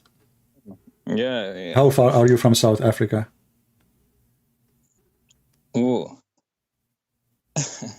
No, I'm just trying to find how close you are to the sun, where the sun set. The south. It says here he found the sitting place of the sun. The sitting place. But you know, I can sit in now. I'm sitting next to my window, and I will see the sun sitting in my place. I don't need to go anywhere. Is that correct? Yes, but that is empiric knowledge. This is what? Yeah. So what do you think about this Quran saying until he reached the sitting place of the sun? How in the world that work? Maybe something parabolic, parabolic, something like this. No, but it's talking about a guy moving. He's a king. He found people. This is physical. All of this is physical, isn't this? That's not metaphorical. It's supposedly a real story happening for a real person, correct? To something else. How can someone find the setting place of the sun? Exactly. So that means the Quran is wrong. Are you going to say to me now the Quran fabricated? Maybe we didn't understand what he meant by that. Maybe what? Maybe what? Because he was explaining that to someone living in the 7th century. It's not like... We are not reading explanation, my friend. We are reading the Quran now. This is not explanation. This is Quran. Also, you are saying to me, the Quran, written by somebody, he have understanding of the 7th century. Yes. That's mean... Okay, that's mean Allah is not God and Muhammad is not the Prophet, because he is writing stories, fiction stories, based on his understanding in the 7th century. Yeah, do you know Galilee, right? Galilee. He's my cousin. What about him? The Greek. He's a Greek? Oh, not my cousin then. Okay. The guy who found the earth was round. Okay. You know him, right? Okay, and what happened? What did the Catholic Church did to him? What did it to him? Tell me. They killed him. You can't look at it. Because he found the earth is round? Yeah. Look at it. Okay. Who is the one who said that to you? It was Galilee. Who is the one who said that to you? Who is the one who said that to you? Yes. But my friend, don't you know that before Galilee exists, this is not the reason he was taken to court. The reason he was opposing politically. Muslims, they lie, because in the Bible it says that the earth is a globe, the earth is a ball. If you go right now to Isaiah 40:22, you will see the earth is like a ball of the earth. So when Muhammad and he speak about Galilee, he was murdered by the Catholic Church because he said the earth is not flat. This is a lie. This is a lie. This is a fabrication. This is a fabrication made by the Muslims. Why? Because simply, first of all, the Bible never say the earth is a flat. Secondly, we have a clear verses. Now, there's many translation, but doesn't matter what translation you take. Go to right now to Isaiah 40:22 and use any translation. Some translations say circle, some translation say globe, some translations say ball of the earth. In our, actually, the correct translation is kura. Kura is like a ball. Kura, you know, kurat al-ard. So when somebody like you come and say such a thing, I laugh. Secondly, look what you just did. You are saying to me now, your prophet is the same as those who believe in the earth to be flat, and somebody like Galilee is going to get them busted. And that is me. So now I am Galilee of today, getting your prophet busted, and you Muslim want to kill me. Is that what you're saying? Galilee story. Why I brought it because the Christian at that time, they didn't know how the earth was. Okay, no problem. No, my friend. We have the book of Isaiah written thousands of years before Galilee. It says clearly, the ball, the spear of the earth. So what are you talking about? This is a knowledge written in our book before all science they are born. All scientists, all schools, all university. There's no university yet, and this is written in our book. So listen. So when Allah in the Quran, He say, He found the sitting place of the sun. And you are saying to me, Allah speaking in the language of the 7th century. So Allah is promoting a lie. For what purpose? No, it's not promoting a lie. It's like if you are okay. Is it true? Is it true the sun is the sitting place of the sun? Is it true or it's a lie? No, that is a metaphoric something. You cannot. How it's metaphorical? He found near it people. He found near it people. How that is metaphorical? I'm talking about real person and real location and people there. He have a conversation with them, and not only that, all of Islam is based on that he built a dam for Gog and Magog. So what metaphorical? Okay, give me the metaphorical of it. Go ahead. It's the metaphorical story because it doesn't make sense. No, give me the metaphorical meaning. Okay, you said it's a metaphorical. What is the metaphoric of such a story? Go ahead. Maybe. I don't know exactly. So how you know it's a metaphorical if you don't even know what the metaphorical stands for? Because when we say metaphorical, that means standing for something. So we know, like Jesus, he says, there's a three servant, they have a master. Okay, this is metaphorical because there's no three servant in front of him. There's no master in front of him. There's no, this is about his teaching. But here they are asking him, they were asking Muhammad about a person, his name is Dhul Qurnayn. Verse number 83, it says, they ask you about Dhul Qurnayn. Dhul Qurnayn is a real person, supposedly, and he is Alexander the Great. I shall recite to you something of his story. This is his story. A real person. This is not metaphorical. That's how I understand it, because it doesn't make sense. Anything, okay, I will go with you now. Anything in Islam does not make sense. You understand it as you wish. It's something metaphorical because I don't have the knowledge. Do you have one Muslim sheikh you say it's a metaphorical, or only you? No, I didn't ask about this question. Okay, so how you come with this metaphorical? We have tons of Islamic books, interpretations, scholars, big names. None of them he said this metaphorical. This is new. What did they say? They say this what happened. Dhul Qurnayn, he arrived all the way there, and he found where the sun set. And I showed you what your prophet said, that he said the sun set in a muddy, hot, boiling water. So he found where the sitting place is, and then there, where the sitting place sun, he found it, the sun hitting in a spring of a black, muddy water. Did you hear how Zakir Naik he answered this? No. Okay, I will tell you. Zakir Naik, he said, but the Quran said that the sun hit in murky water. But the Quran, he didn't mean that. The Quran saying that Dhul Qurnayn, he saw the sun hit in murky water, and the water. Okay, so let me study. As if it is sitting in murky water. Zakir Naik says, it appeared to him as if it is sitting in murky water. Is that true? Do you agree with him? It appeared to him this way? No. So what do you think? Okay, so give me the meaning then. As long as you didn't agree with him, then what is the situation now? He found the sun sitting in muddy, bloody, hot water. No, I'm not gonna lie. I'm not gonna lie. Okay, I'm not saying you're lying. I'm saying, give me the answer. Help me. It makes sense. I don't know if he answered like this. If his answer was like this, I don't agree. But I don't know. Well, the video is there. You can watch it. The video is there. You know, he says it appeared to him. So what do you think? What is the solution now? So that's what you think Islam is false for only that verse? No, everything in Islam is okay. You know what? I'm not going to talk about this. Give me a chapter in the Quran is not stupid. Just one chapter. Just one chapter. Give me one chapter is not stupid. You know the Quran? Yeah, sure, I know the Quran. Okay. Give me a chapter. Tell me, okay, find me something stupid in this chapter. Any chapter of your choice. You have the whole book from cover to cover.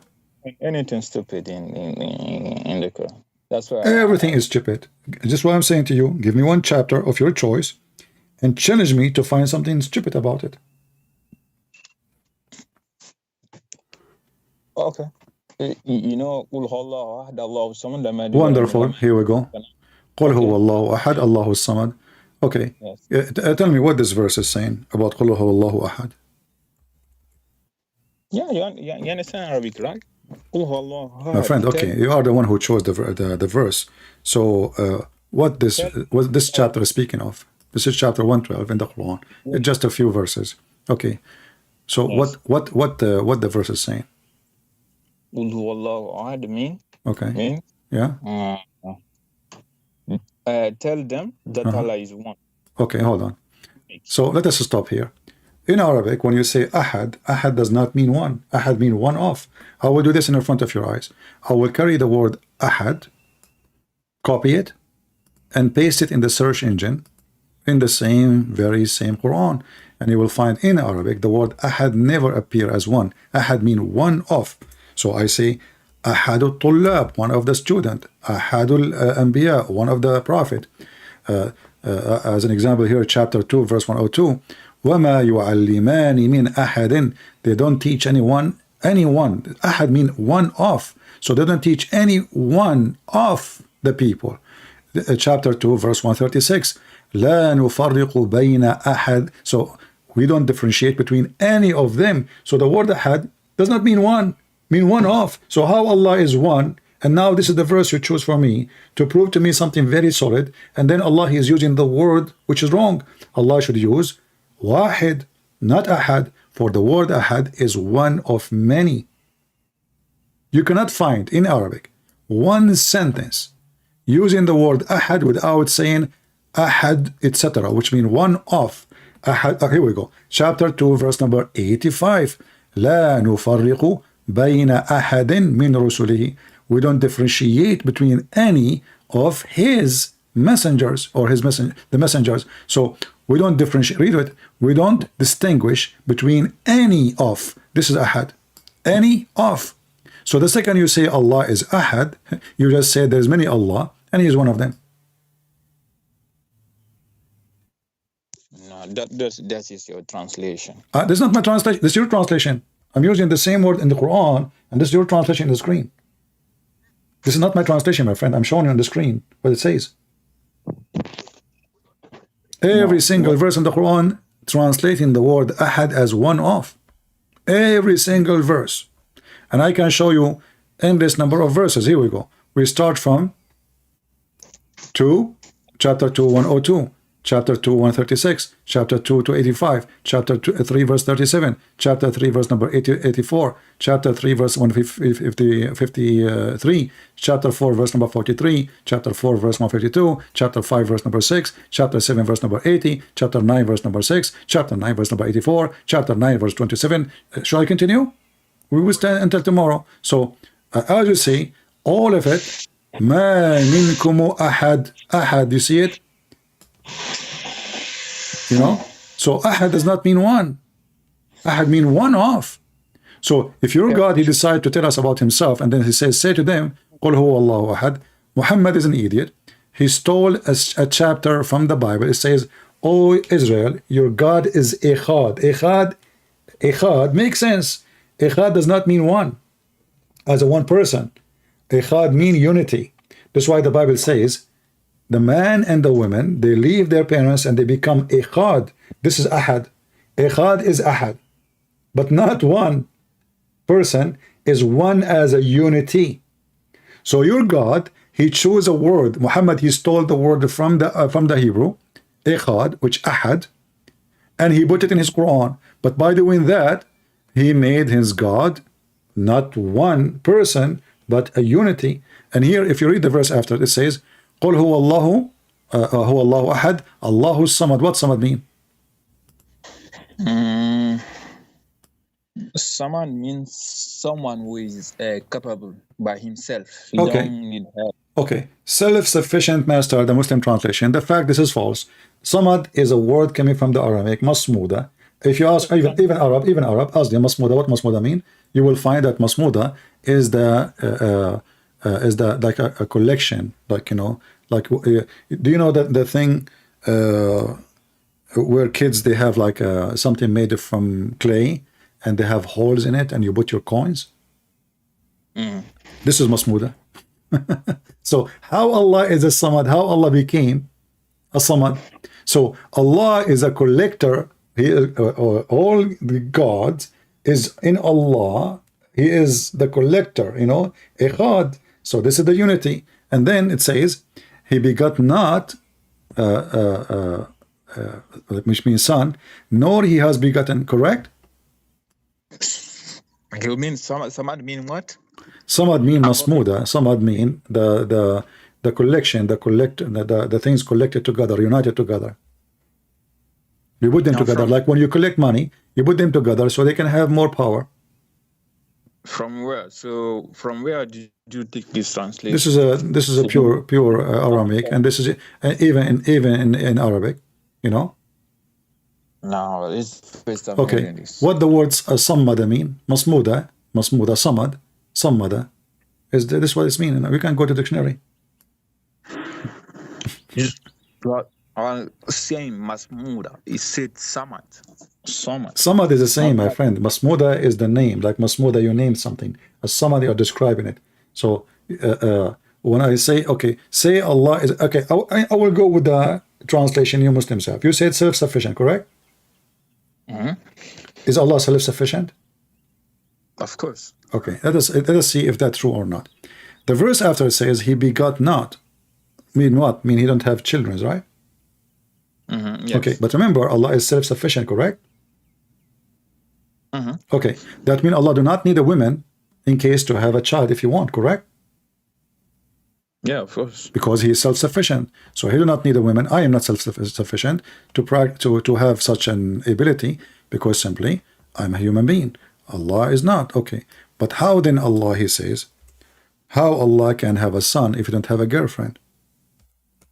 Remember, he is a self-sufficient. And the self-sufficient, he do not need a partner in order to do anything, because he is self-sufficient. He do not need even anything at all. He is dependent on no one. But the Quran, chapter 6, verse number 101, it says, huh? That he did say that he doesn't need a girlfriend. The Quran, chapter 6, verse 101 says, the originator of the heaven and the earth, how can he have a child when he don't have a girlfriend? No, that because of Jesus. Because people are. It doesn't matter. We are not talking about Jesus now. Don't jump to Jesus now. Focus with me. You agree that Allah is self-sufficient, correct? We have to understand the context before making. Okay, what? No, it doesn't matter. If I am self-sufficient, why I need a woman to make a baby? Huh? If I am self-sufficient, you see, a second ago you agree with me. A second after, now you don't want to agree. You are the one who agree with me that self-sufficient. I said to you, do I need to have a woman to have a child? You said yes. I said, because I'm not self-sufficient. I'm a human, correct? You said, yeah, you agree. So now Allah is saying he cannot have a son unless he have a girlfriend. And not only that, he is using the word how can he. Do you know what how can mean? Yeah, of course. What does that mean? Tell me, what when I say how can he, what I'm questioning? How can he? What you are? I don't understand your question. How No, can he? I am asking what I'm questioning exactly. When I say how can he, I'm questioning what? It's possibility, like Ability. Thank you very much. Question the ability. You are the one who gave me the answer. Thank you very much. So Allah questioned his ability. How can he have a son yet he don't have a girlfriend? So how the Muslim, they say that verse there, Masmuda or Samad, mean self-sufficient, which falsely they are translating the word Aramaic word, which is not Arabic, false translation. And yet Allah, he cannot have a son unless he have ability, and that ability is not exist, because he cannot have a son unless he have a girlfriend. no, you didn't. Actually, you don't know the Quran. You don't know why. Give me an answer. Don't tell me why. I'm talking to you, my friend. I did not hang up on you. I'm not being aggressive with you. I'm trying to have a conversation. Don't tell me you do not know. Just give me the answer. Why Allah cannot have a son unless he have a girlfriend? Okay, let me explain to you the context. Why? Okay, give me the context. No problem. Still, my friend, he is giving us the reason why he don't have a son. The reason he don't have a son, he is saying to us, he's talking to you, talking to me. How can I have a son, yet I don't have a girlfriend, correct? Okay, are you convinced now? Are you convinced after Allah he said that? No, I'm not convinced. Because if Allah is God and he's self-sufficient, Allah did not answer me. Actually, he made himself in trouble. Because how, this is a word should not be said to God. How God can do, that is not a question. And the one is asking now is Allah himself asking the question. Allah saying how Allah can do. I didn't understand the context. That's why you are doing it like you see, you are trying, you keep hiding behind the context, but you fail to give me the context. Okay, the context is the Christian, the Jews, whatever people they say, even the pagan, they say God, Allah, he have 3 daughters. Okay, so now Allah is answering them, right? Allah saying to them, how can he have a son if he don't have a girlfriend? What you are saying to me, I'm taking it out of context. When the answer is so clear, how can I have a son? The funny, he don't even say I, he say he. How can he have a son if he don't have a girlfriend? So what is stopping Allah from having a boy, having a son? It's not. he could. He's how he could? Okay, do you see the word? You see, listen, focus with me. Does it say, how can he? And this is your Islamic translation. Okay, so how you say who could? Because if he could, you should not say, how can he? We should say, he could have a son. No, he was just responding to those guys. Exactly, he is responding, explaining to them why he cannot have a son. Because he cannot have he don't have the ability. He need a girlfriend. No, where did you see? My friend, he just said, how can he have a child? So what is the problem for him to have a child? He don't have a girlfriend. He was just explaining to them that. Doesn't matter. He's explaining to them. Wonderful. Okay, he's explaining to them why I can't have a son, because I cannot do it. I need a woman. No, that's not that. Okay, give me the explain it to me. Go ahead. Yeah. He was telling them because he was responding to those. No guys. problem. You keep repeating the same thing, but the response is stupid, because if I am responding to you about God having a son, then I say to you, how can I have a son without having a girlfriend? That means I am a human being like everybody. The God of Mary. Do the God of Mary have a son because he have a wife?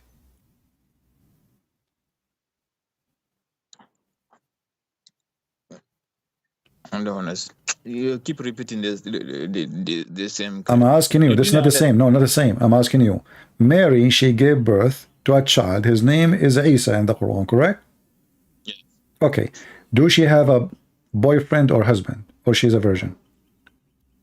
Ah, that's a miracle. Okay, wonderful. That's it. So the God of Mary, he can make Mary have a son, yet she don't have a boyfriend or a husband. She do not need a man. Your God cannot have a son unless he have a girlfriend. Obviously, the God of Mary, he can, and he is not the God of Muhammad, because the God of Mary, he was able to make Mary have a child, yet she don't have a man. But your God, he cannot even do it to himself. Look, in the Quran it says, "Inna mashalu Isha kamasali Adam, khalaqahu min turabin, summa qala kum fayakun." Huwa kalimatun la. You understand that? Yeah, I understand. You just even make Allah more in trouble. You see? How? I ask you to give me a chapter in the Quran is not stupid, and you give me stupid chapters. Chapter 3, verse number 59, proving that Islam cannot be from God. Why? Because the Quran is saying that Allah created Adam and Isa by saying be, and he was. But if we go and read the story how Allah created Adam and Isa, we will find that Allah, he made a clay, he mixed the clay, he fashioned the clay, and then he breathed into the clay, and then Adam become Adam. So where the word be and he was? Either this, he said be and he was, or he did all the work. What do you think? So what is the problem? I'm waiting for the problem. You don't know the problem? Okay. If I say be a TV, be TV, TV should be there, correct? Okay. I do not need to bring a screwdriver and chips and etc. and wires and that's it. I say B is going to be there. You agree? So you mean the Almighty cannot do that? No. He said how he created Adam. Did he create Adam? You are the one who quote for me the verse, correct? Or I'm making it up? It's you who quote for me chapter 3, verse number 59. Okay, so how Allah created Adam and Isa, he said to them be and he was, correct? Okay, but is that really what happened? If this what happened, it means the other verses in the Quran are fabricated, because Allah, he created Adam from mud.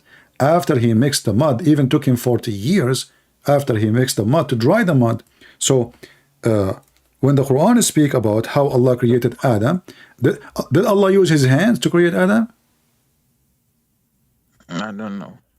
Well, I know, Allah in the Quran, he said, and the Quran says, chapter 38, verse number 75, he said to Iblis, why you are not bowing down to the one who I created with my both hands? So what Allah he used to create Adam? Hands. Well, it's possible. I don't. You claim that you claim that you know Arabic, so you have no excuse. It says here, قال يا إبليس ما منعك أن تسجد لما خلقت بيدي. يدي. What يدي mean? I mean, his hand. Okay, so how Allah created Adam? Did he say be and he was, or he used his hand to create Adam? Look, I'm looking. He make him from dust, and then he the soul, putting soul in the dust. My friend, you see, you agreed with me. If I say be a TV, the TV will be there. There's no need for a screwdriver. There's no need for material. That's it. I say be, he was there. Bingo. Did Allah created Adam by saying be? No. Because the verse here in front of me saying clearly, okay, did Allah use the word be after he used his hand or before he used his hands? Either way, he can. No, give me the answer. Don't tell me either way, because there's a reason to ask this question. Did Allah create Adam by be before he used his hand or after he used his hands? I don't know the process. Okay, the answer, no, the process, we know the process because the Quran, thanks to Muhammad, he don't keep his mouth shut. Here we go. The Quran, the same chapter 38 says, and when I have fashioned him, which means the clay, and breathed into him my spirit. So number one, we made the clay. Number two, we fashioned the clay. Number three, we breathed into him. Then we said to them, prostrate for him, which means he's a person now. And then Allah said to Adam, to Shaitan, why you did not bow down to Adam, the one I created by my two hands? So how Allah created Adam? Stages. The word be doesn't exist, as you see. He made a clay. Even in different verses says clearly what kind of a clay it is. So he made the clay. Here we go. Let's go to Quran here. And that mentioned many times in the Quran, actually, not only once. So Allah, He not only He brought a clay, He have to make a clay. Chapter 6, verse number 2. Chapter 7, verse number 12. Chapter 32, the 23, verse number 12. Chapter 32, verse number 7. Chapter 37, verse number 11. All of it is speaking about how Allah created Adam. So Allah, He created Adam by mixing a clay. So this is step number 1. We made a clay. And how we make a clay? We bring dirt, water, and we mix them together. Very simple. And then after he created, he made the clay mixed together. Now the clay became nice, fun to play with and to do shape. So he fashioned Adam, and he fashioned him in the shape we know. According to your prophet, he was 60 meters tall, which is very short compared to me. So Allah, He fashioned the clay now. Still Adam is not there. Adam is just the clay now.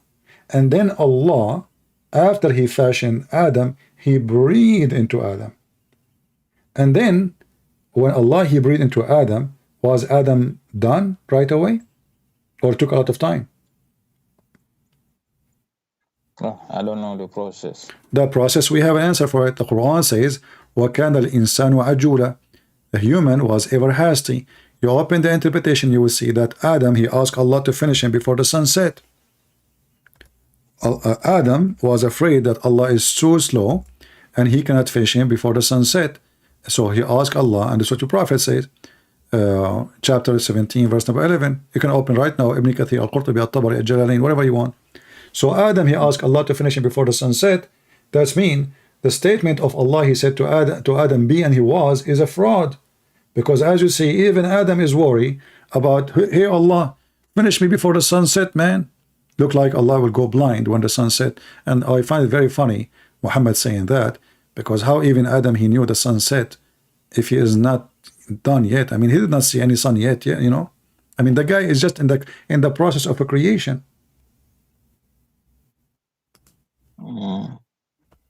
What?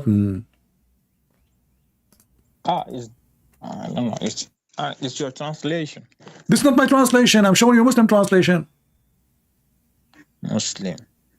What's wrong with you? I'm showing it in the screen, and you keep saying to me, this is your translation. This is your understanding. This is your understanding. This is your translation, not mine. When I say Ibn Kathir, Al-Qurtubi, Al-Jalalain, this is your understanding, not mine. When I say the translation in the screen, this is your translation, not mine. When I say your prophet said, this is your prophet said, not mine. Here we go. It says here, وَكَانَ الْإِنسَانُ عَجُولًا. This is Ibn Kathir. It says here, Salman al-Farisi, he mentioned from Ibn Abbas, from the story of Adam.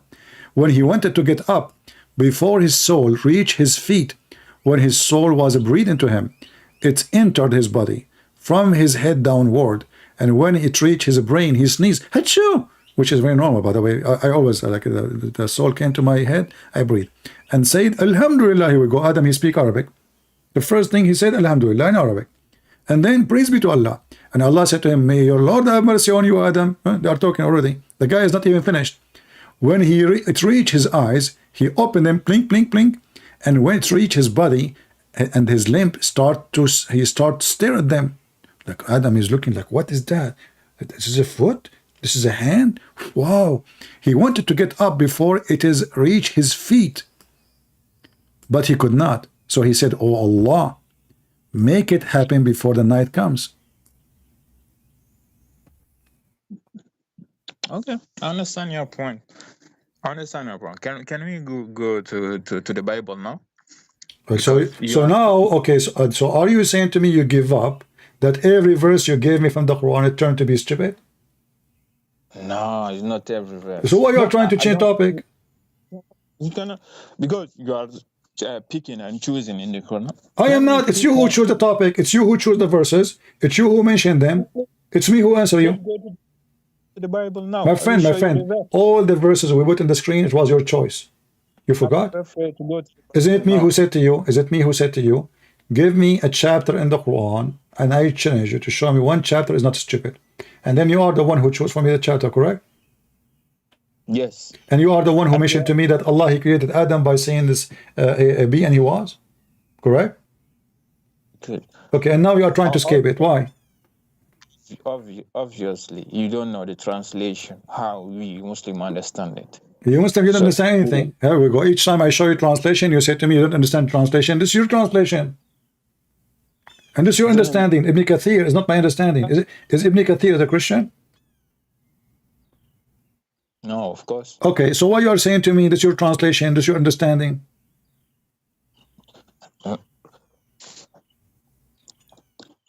That's why I told you that's Ibn Kathir understanding, and I didn't read it too much. So maybe you make a point.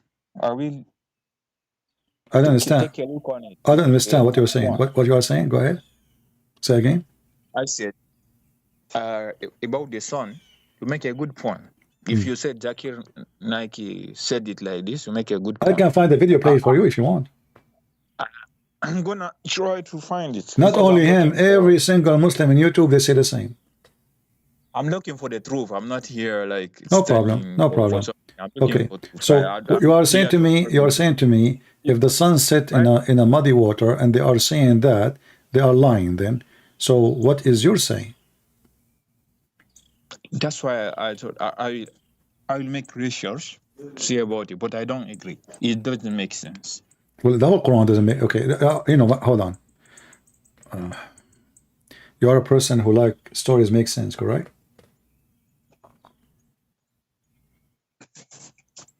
Is that correct? Yes. Okay, so if something doesn't make if something doesn't make sense, you don't accept it. It doesn't make sense. It doesn't make sense. Even me, so that's why I'm looking for the truth. Okay, Yes. so okay, as long as you accept stories which make sense, can you give me a story in the Quran make sense? Any story. You have 114 chapter. You have 114 chapter. I challenge you to give me one story in the Quran makes sense. Every story in the Quran makes sense. Okay, choose one. No, just choose one and tell me. No, you choose one. If I choose one, you are the one who said to me you are picking up cherries. You forgot? This is why I'm challenging you. This is what I did before 5 minutes ago. I said to you, give me one chapter in the Quran. It's not stupid. You gave me one, we prove it to be stupid. And now you're trying to change topic. No. So now I'm saying to you, give me one story in the Quran makes sense. You are the one who accepts only what makes sense. That's wonderful. Give me a story in the Quran makes sense. Go ahead. No, for me, all the story in the Quran makes sense. Okay, give me one. But if you doesn't, okay, I will tell you a story. Okay, as long as you are refusing, I will give you a story, but this is personal. I hope you will not make fun of me. I have my grandfather. He passed away, and he was holding a stick. And my grandmother, she come to his room. She did not notice that he is dead because he was holding a stick.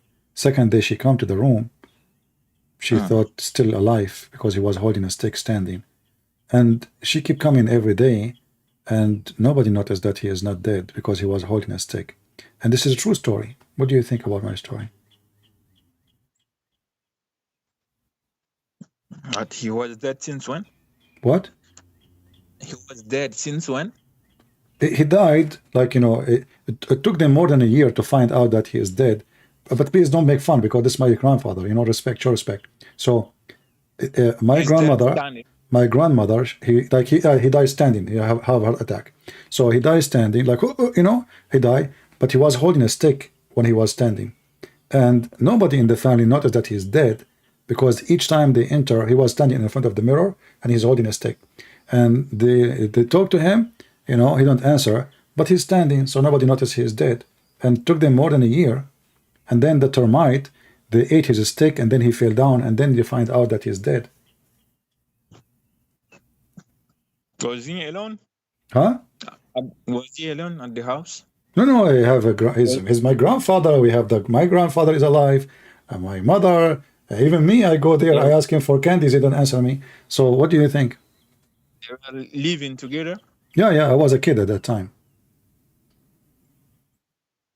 He say, hey, grandpa, you know, I shake his hand.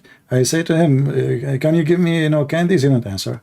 But then after a year, the termite, the ants, they ate his stick and he fell down. And then we noticed in the family, sadly, that the grandfather, our grandpa, he died a year ago. I don't know what is strange. Why is strange? Are you making fun of me now when I hurt my feeling? I don't know the true story. Why? Okay, why you are saying to me it's strange? What do you mean? If they live together, I don't know. If he was alone, it can be. But so standing, if my grandfather is alone, if my grandfather was alone, standing, holding a stick, it's normal to be standing alone for a year even after he died? does he have power or something? He have what? Does he have a power or something?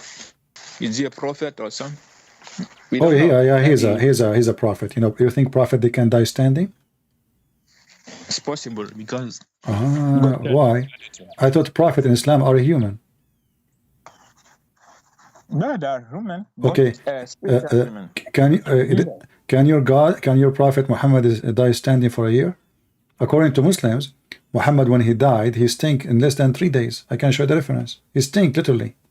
So the guy is dead holding a stick. Isn't he going to decay when he's standing? Yeah, normally. But with God, you can expect everything. But remember, you are the one who said to me you believe only in stories make sense. Yes. Okay, what is make sense in this story for you? It doesn't make sense, but you are the one who said to me I accept only stories make sense. Yeah, it doesn't make sense, but it depends who is it. Like, so if the story doesn't make sense and it is about Islam, we take it. If the story about me doesn't make sense, we laugh at you, right? It's like Jesus. What about Jesus? Tell me about Jesus. What happened? Mary had Jesus. Yeah. Without husband, right? Okay, that doesn't make sense. Doesn't make sense. Why? Tell me why. We are not talking about God or something. If no. Tell me why it doesn't make sense. Explain to me why Jesus' story doesn't make sense. I want you say okay. Christian Prince, my sister have a son yesterday, and she didn't see. What about it? What is the reason it doesn't make sense? What make it doesn't make sense? Because it's impossible for. Thank you very much. Okay, but hold on. Okay, let me ask you, what is the purpose in the Quran to say that Jesus have no father? What was the purpose of it?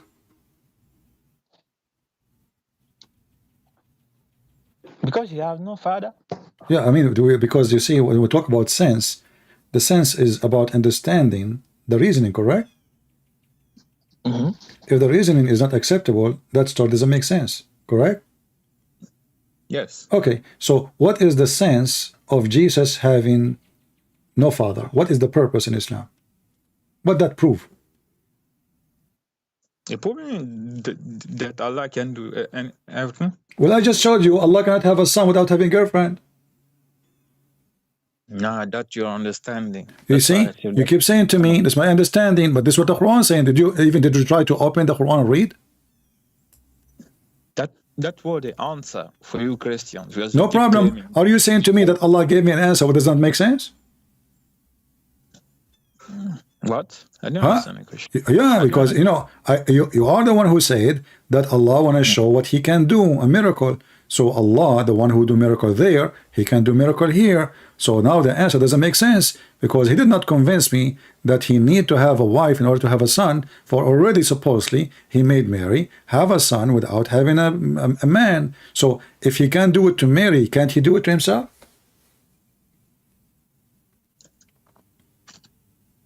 I told you the Quran had already speak about Jesus. He's a miracle. He's a kalimatullah. It's a miracle. Okay, hold on. You said Jesus is kalimatullah. What does that mean? Kalima is mean words. Okay. Well, Jesus, guys, is the word of Allah. Is the word of Allah is holy? Yeah, of course. Is Muhammad the word of Allah? Is Muhammad the word of Allah? He's just a prophet. This is not a question. Is he the word of Allah? Either you say yes or no. No, I didn't see it. Okay, so now a Muslim saying to us that the Messiah is the word of Allah and the word of Allah is holy and Muhammad is not the word of Allah. So now we understand why chapter 19 verse 19 says that a gift of a holy son. So he's not only a gift, not only a miracle, he is a holy, and now we discover that he is the word of Allah. Let me ask you, the word of Allah came from where? From Allah? Yeah, from where? Where is Allah? From Allah, I mean. Okay, but where is Allah? Allah is everywhere. What I everywhere? think so. I thought he's in heaven. He's everywhere. He can be in the heaven. He can be everywhere. Okay, but isn't it the Quran says that he is on the top of the throne?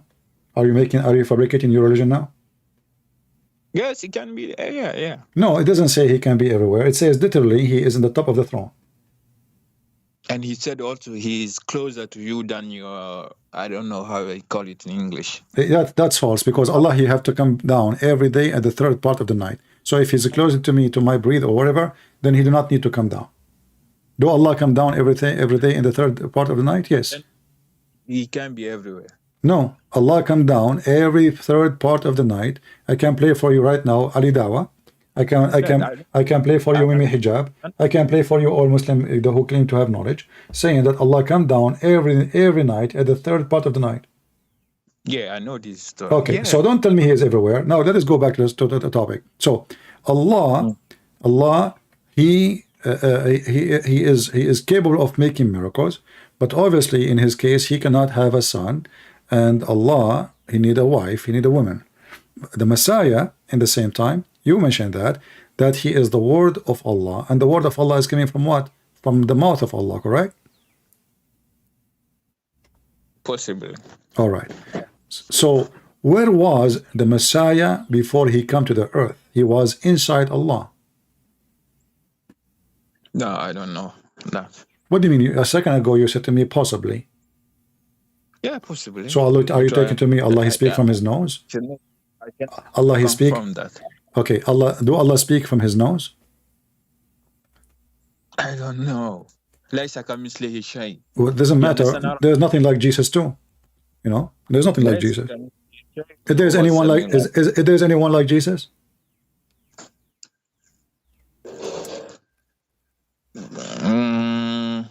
I don't think so. Okay, you see, you just proved to me that Islam is false. You are the one who said to me, gave me a verse saying that Allah, he said in the Quran, the similarity of Jesus is the same as Adam. He said to him, be, and he was. And now I ask you, if there is anyone like Jesus, you said to me, no. He's talking about the creation. Doesn't matter. There's no one like Jesus, and there's no one like Adam.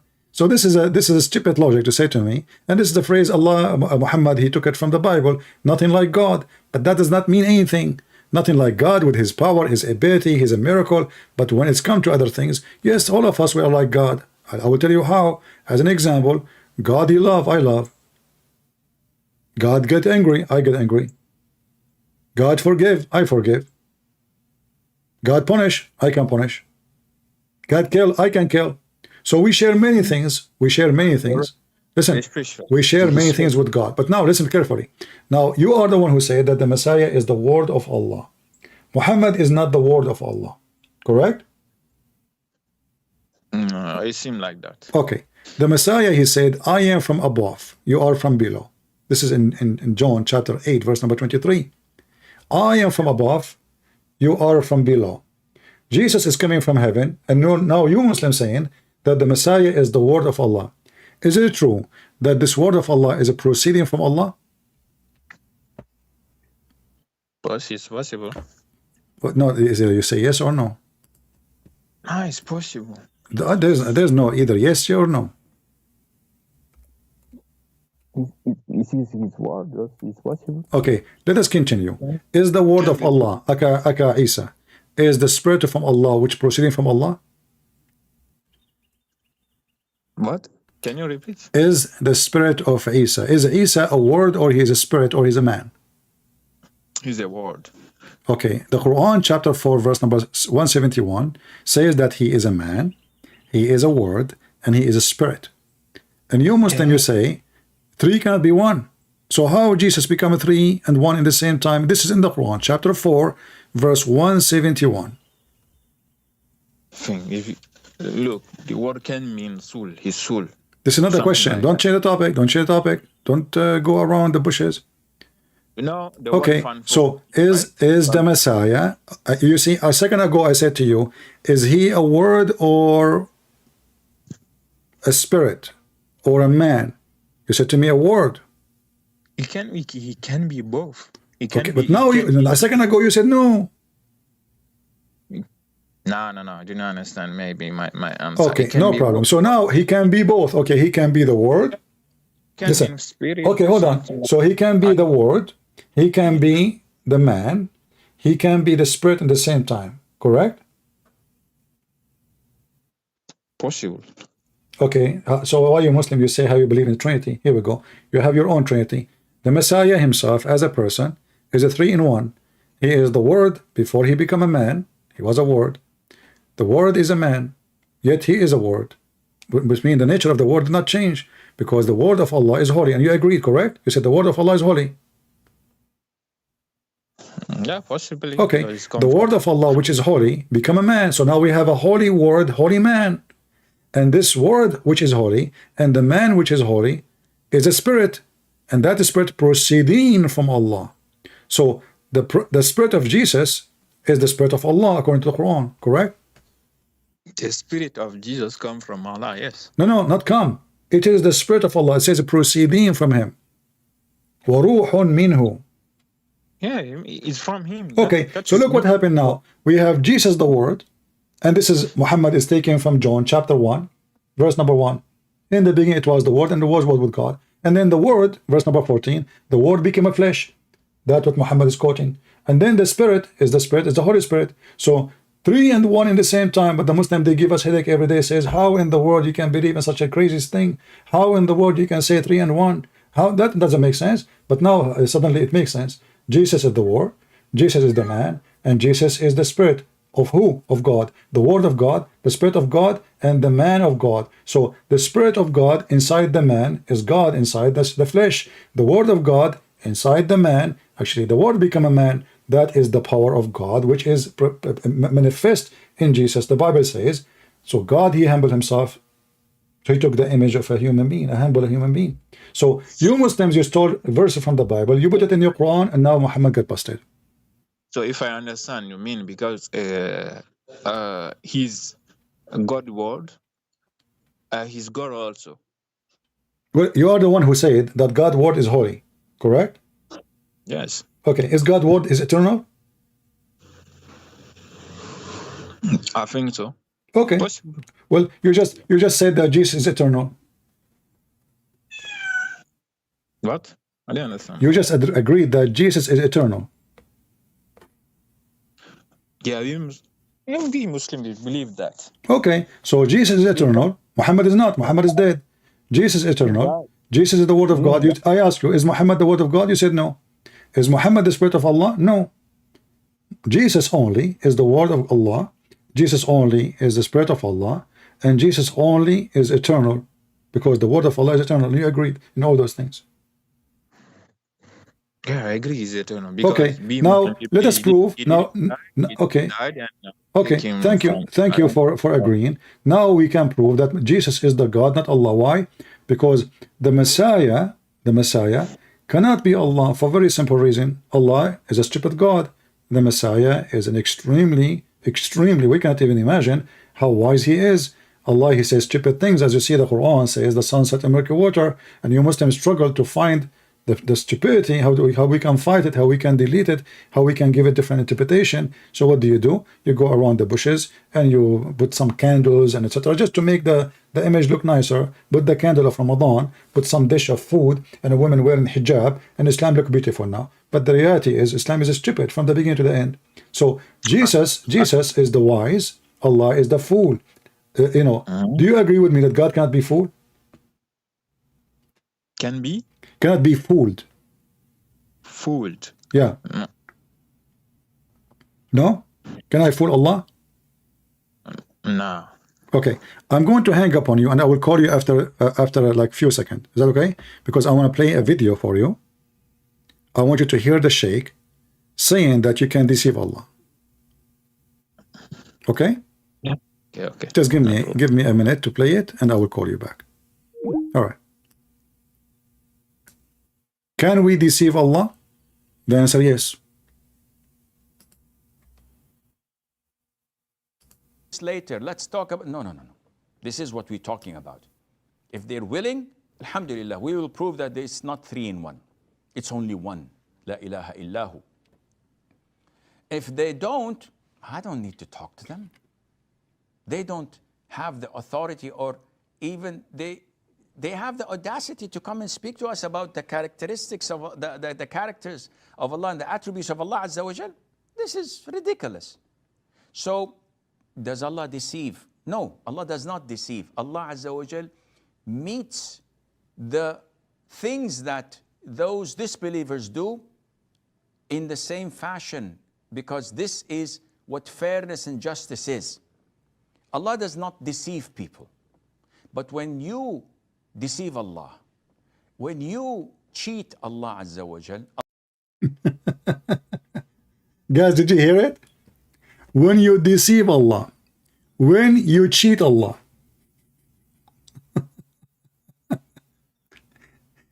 Can you deceive Jesus? Can you? What he just said?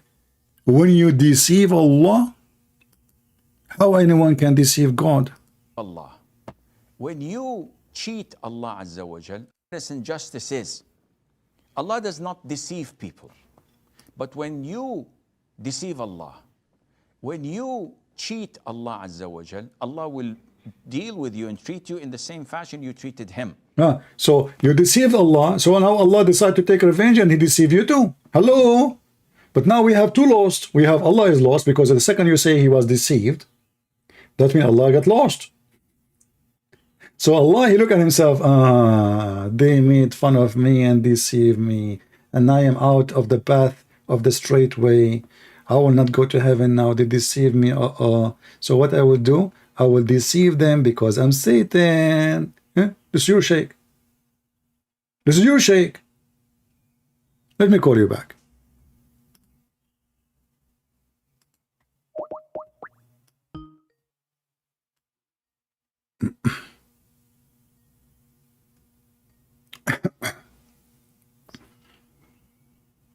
All right. Did you hear, my friend, the video? Yes. So can we deceive Allah? Yeah, I think you mean, I don't know the verse. The verse is وَيَمْكُرُونَ وَيَمْكُرُونَ اللَّهُ وَاللَّهُ خَيْرُ الْمَاكِرِينَ. Can you translate it, because you know Arabic better than me? He has the translation in front of you on the screen. Christians say that Allah has the best of deceiver. He agreed. He said Allah deceived them because they deceived Him. It was a reaction. They deceived Allah. He explained it to you. Makar is a plot of evil. Like, you do fool somebody, you deceive somebody, you lie to somebody. Yeah, that's what Allah okay said. So let me ask you. All right, so can we deceive Allah? It turned to be yes, we can deceive Allah. So how Allah is Almighty God if I am a human being, simple a human being, can deceive Allah? Now you try. What do you mean try? No, He said they deceived Him. He said they deceived Him and Allah treated them unjustly, so He is deceiving them back. Yeah, it's like in the Bible. Okay, how in the Bible, how we deceive God? Go ahead. there's many stories in the Bible where How we can deceive God? The God in the Bible, he was deceived. He deceived. You can deceive God in the Bible. Yeah, of course, there is many. Okay, give me an example how you can deceive God. Go ahead. We have nothing. You are fabricating stories now. So Allah, if He is God, you are the one who said to me, nothing like Allah. So well, you can deceive me, I can deceive you, people can deceive us, but we cannot deceive the one who is all-knowing. You see, deception is based on what? Based on, I do not know, you lied to me, I believed you. Is that correct? Okay. No. Yeah, what no? What no? They tried. No. He said they deceived him. He said they deceive Allah. He didn't say, okay, how you can deceive Allah anyway? I mean, how you can even try to deceive Allah if you know that He is God? That is even a stupid idea. People try. People are stupid. I don't hear you. Your microphone is far away. What? People will try because people are stupid. Okay, I will go with you. Shaitan, was Shaitan deceived by Allah, or Shaitan, he is the deceiver?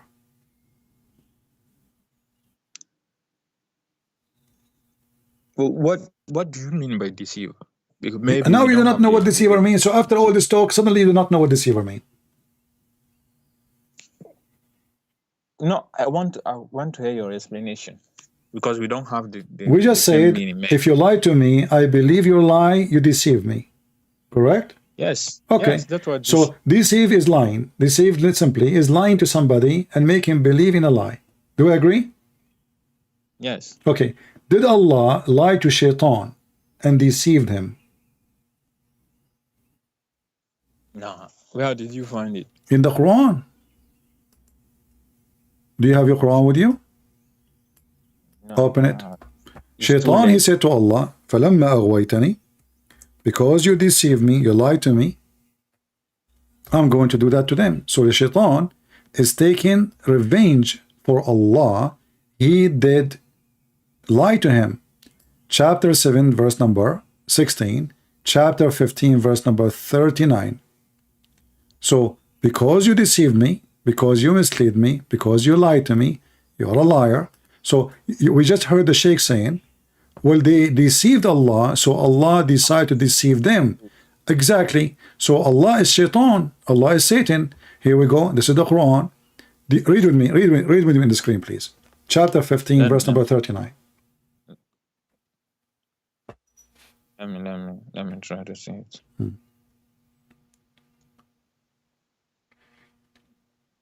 doesn't appear. My computer is. Allah, so Allah just mute YouTube, please. Mute YouTube so we don't have two sounds.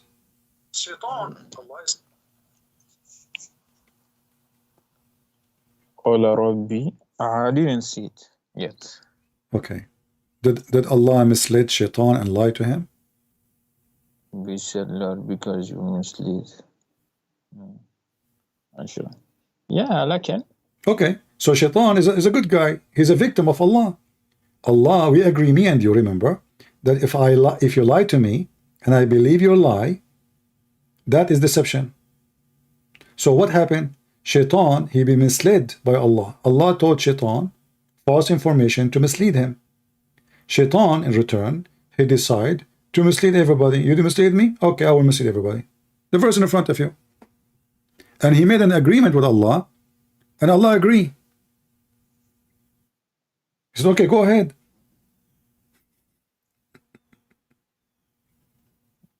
So I will check this to see the real meaning. All right, my friend. Well, you know, I'm not going to keep you longer, but thank you for calling. You can call me again. I want you to check all those things I said to you and be honest with yourself. And if you want to stay as a Muslim, this is your business. But as you see, Islam is a stupid religion, because we just found out that Shaitan himself is a victim of Allah. Even Christian, we find something very disturbing. No, you cannot find anything very disturbing. Hold on. You find things very disturbing for the Christian, correct? Like what? Having sex with babies? Look. No, then tell me, I mean, disturbing. What disturbing? Having sex with babies, like Muhammad having a child wife, or maybe the Prophet asking the hand of an infant. Infant. Obviously, you are afraid. Huh?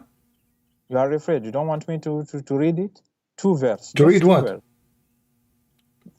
It's Deuteronomy 25, 11. You can't kill a woman if she seizes a man's private part without his permission. Deuteronomy. What? Read the verse for me. Okay. Is Deuteronomy 25, 11, okay. 1. Okay. Okay. You can't kill a woman if she seizes a man's private parts without his permission. Deuteronomy. If she sees or she... 2 men are fighting, and the wife of one of them come to rescue her husband from his assailant, and she reaches out and seizes him by his private part, you shall cut off her hand, show her no pity. Okay, let me. So I will go with you. Yeah, this is the law of the land. This is Musa, the prophet of God. Listen. First of all, I want to ask you, if I'm fighting with you, is it okay for you if your wife, she hold my penis? But if because that you kill her, you show her no, I'm asking you, is it okay for a Muslim woman? Is it okay for a Muslim woman? She joined her husband, you are fighting with me, and now she is holding my penis. Is that okay? It's not okay, but why? No, because I want to know the penalty. No, hold on. The penalty, because you're a foolish person now. Listen. Let me explain. You asked me the question. You said to me, I'm afraid. You asked me the question already. You don't want to answer? Do you want to answer, or you want to keep talking? I think you're deflecting, bro. Okay, you can say whatever you want. Let me answer you. So, because now she will take control of him, because this is a very sensitive part. This is not a fair fight. The guy will end killing the other guy because she become a filthy woman. So the women's involvement should not be there at all. This is not a fair fight no more. Secondly, it's a sexual part. A decent woman, she should not put her hand there. And Muslim women, they don't have a problem, obviously, to grab the penis of a strange man, because your prophet, he allowed you to do... Hold on. Your prophet, he allowed you to do muta. Your prophet allowed you to do muta. You see, for me, I don't see any problem there, because this is not a fair fight. You see, even in the West, even in Europe in the old days, when there's 2 men, they want to fight, nobody involved. 2 men, they are fighting, everybody watch, and there's a judge. So if somebody join, he is betraying, he is not decent, he have no decency. So when the women, she join in such a fight, she's being filthy. She's not even holding the hand of the guy. She's not holding his... There's many things you can hold. You could not find anything to hold except his penis. So obviously what we learn from you, that your Muslim women, they like to hold penises of Christians if we fight together. So now one day, if we go in war with Muslims, all the Muslim women, they will make an army, and they will be trained to hold our balls. Just one. What? Just another. Okay, because you are deflecting. Look, what he said here. Exodus 21, 7, 8. Sex slavery condom. When a man sells his daughter as a slave... Why you change topic now? Why you change the topic? Why you jump from the first one to the second one? Why you change? Because the first one... Listen. Because the first one, you were not successful. So now we change. What is your answer? What is your answer? It's stupid, because your answer was stupid. Okay, hold on. So now, so it's a stupid. If it's a stupid. So you Muslim women, just say clearly, my friend. Just say clearly. We as Muslims, we have no problem if our Muslim wife, she grab your penis. Say it. I will not kill my wife because she grabbed. It's not you who killing her. It's not you who killing her. You know. I'm asking you. Are you okay if your wife, she grabbed my penis when I'm fighting with you? Say yes. So you will cut your wife. I am saying say yes. See, because the Jews are very conservative, not like you Muslims. You do breastfeeding for adult. So this is a big problem. What kind of a woman she would do that? This is very filthy. So because you are a low class like your prophet, you accept that, no problem. Is it true that? Is it true? Is it true? Is it true? Okay, listen. Okay, you are talking about. Okay. The men are. If she does not please the man, what? Who bought her, she may allow her to board back. But Okay, the slavery you are talking about, a man he can, hold on, a man he can sell himself, a man, let me answer you, a man he can sell himself, he can sell his daughter, but this is 7 years of slavery. She is not a slave for sex, she is a servant. In the old days, they rent themselves as servants, not as sex slaves. Listen, yeah, and the max is 7 years. So I own your money. You cannot, I cannot pay you back. I say to you, this is the last offer I give you. If you say no, you cannot ask me for the debt. So I say to you, I am going to sell myself to you for the coming 3 years, equal to the money I should pay you back. Then you work for him as a slave for the coming 3 years. This is what the verse is saying. No. It's not up to you. I mean, it's there. Man sells his daughter as a slave. Yes, the same. His daughter, his wife, himself, doesn't matter. The whole family can be. The whole family, they can be sold. You see, you are just being an idiot. Let me ask you. So are you against slavery or support slavery? Well, that's a stupid question. Who will? No, don't move. Why you are opening a topic? You don't want to talk about it anymore. You said to me you are scared. I answered you. I'm asking you now. Are you against slavery or you support slavery? Of course, I'm against slavery. So, did your prophet own black slaves? And you are an African. A black slave. Yeah. Did your prophet own black slaves? Not only one. I didn't see any. If you can show me.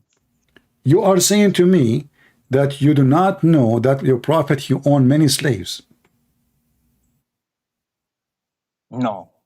Do you swear by Allah that you never heard that before? That's what I'm telling you. No, swear by Allah that you never heard that your prophet he owned slaves. Yes. If you can show me, I can look at. No. I want you to swear because I cannot believe that a grown man who he claimed he speak Arabic, he never heard that his prophet he owned slaves and African slaves too. I speak a little bit. It's not like you. I'm not. It's not my native language. I just learn it. I don't care about the language. We are not talking about language now. We are talking about. Do you know? You heard before that your prophet he owned slaves. No. Can you swear by Allah? I already swear. Why you don't want to swear? What the problem? I don't know. What do you mean? If you can show me. Huh? I didn't. What? Can you show me where? Where is it? No. Why you don't swear? I never heard that Muhammad he have slaves. Why you don't swear? Yes, I heard. Huh? How do you want me to swear? You swear, say I swear by Allah. I never heard that Muhammad. I never heard that Muhammad he have slaves. Yeah, Bilal, I never heard. You never heard. Okay, now? Okay, have you ever heard of Bilal before? Bilal is a slave, but he was not. He was not what? The prophet's slave. Oh, so he was in the house of Muhammad washing dishes all the time for what? You are mixing everything. He was the slave of who? Hold on. He was the slave of who? Well, you are the scholar. Tell me who. He is a slave of who? You tell me. You are the one who gave me the answer. You said he was not a slave of the prophet. Yes, of course. Okay, so he was a slave. He was a slave of who? So he was a slave. Okay, so he was a slave. Slave to who? I don't know the man. Before he was freed, and then where it says he was freed? Show me. That the Sirah. I don't know exactly. My friend, let me get you busted. Here we go. Bilal, he asked Abu Bakr. Abu Bakr, he gave Bilal as a gift slave to Muhammad. So Bilal is a gift from Abu Bakr. He bought by Abu Bakr. He gave him to Muhammad, and Muhammad always received him as his own gift, which is slaves. So Muhammad was the master, but slave was the owner. So he said to him, if you bought me for the sake of Allah, then free me for the sake of Allah. Is that correct? If you bought me for yourself, then keep me for yourself. Is that correct? Where is it? Okay, and now you will say to me it's fabricated. No, if it's truth, I will check it. You are giving me some information I didn't know. I'm not gonna lie. All right. If it's true, I will tell you it's true. I will check it. Okay. If he No. said Sahih, it's not. Maybe it's true. All right. If it's true, I will Okay, hold on. You said to me if it's Sahih al-Isnad, you said to me if it's Sahih al-Isnad, you accept it, correct? I said I saw it. It's written there, Sahih is not. Okay, here we go. But how come when I showed you this hadith here, you said to me this is not true, fabricated? Here we go. It says Sahih al-Isnad.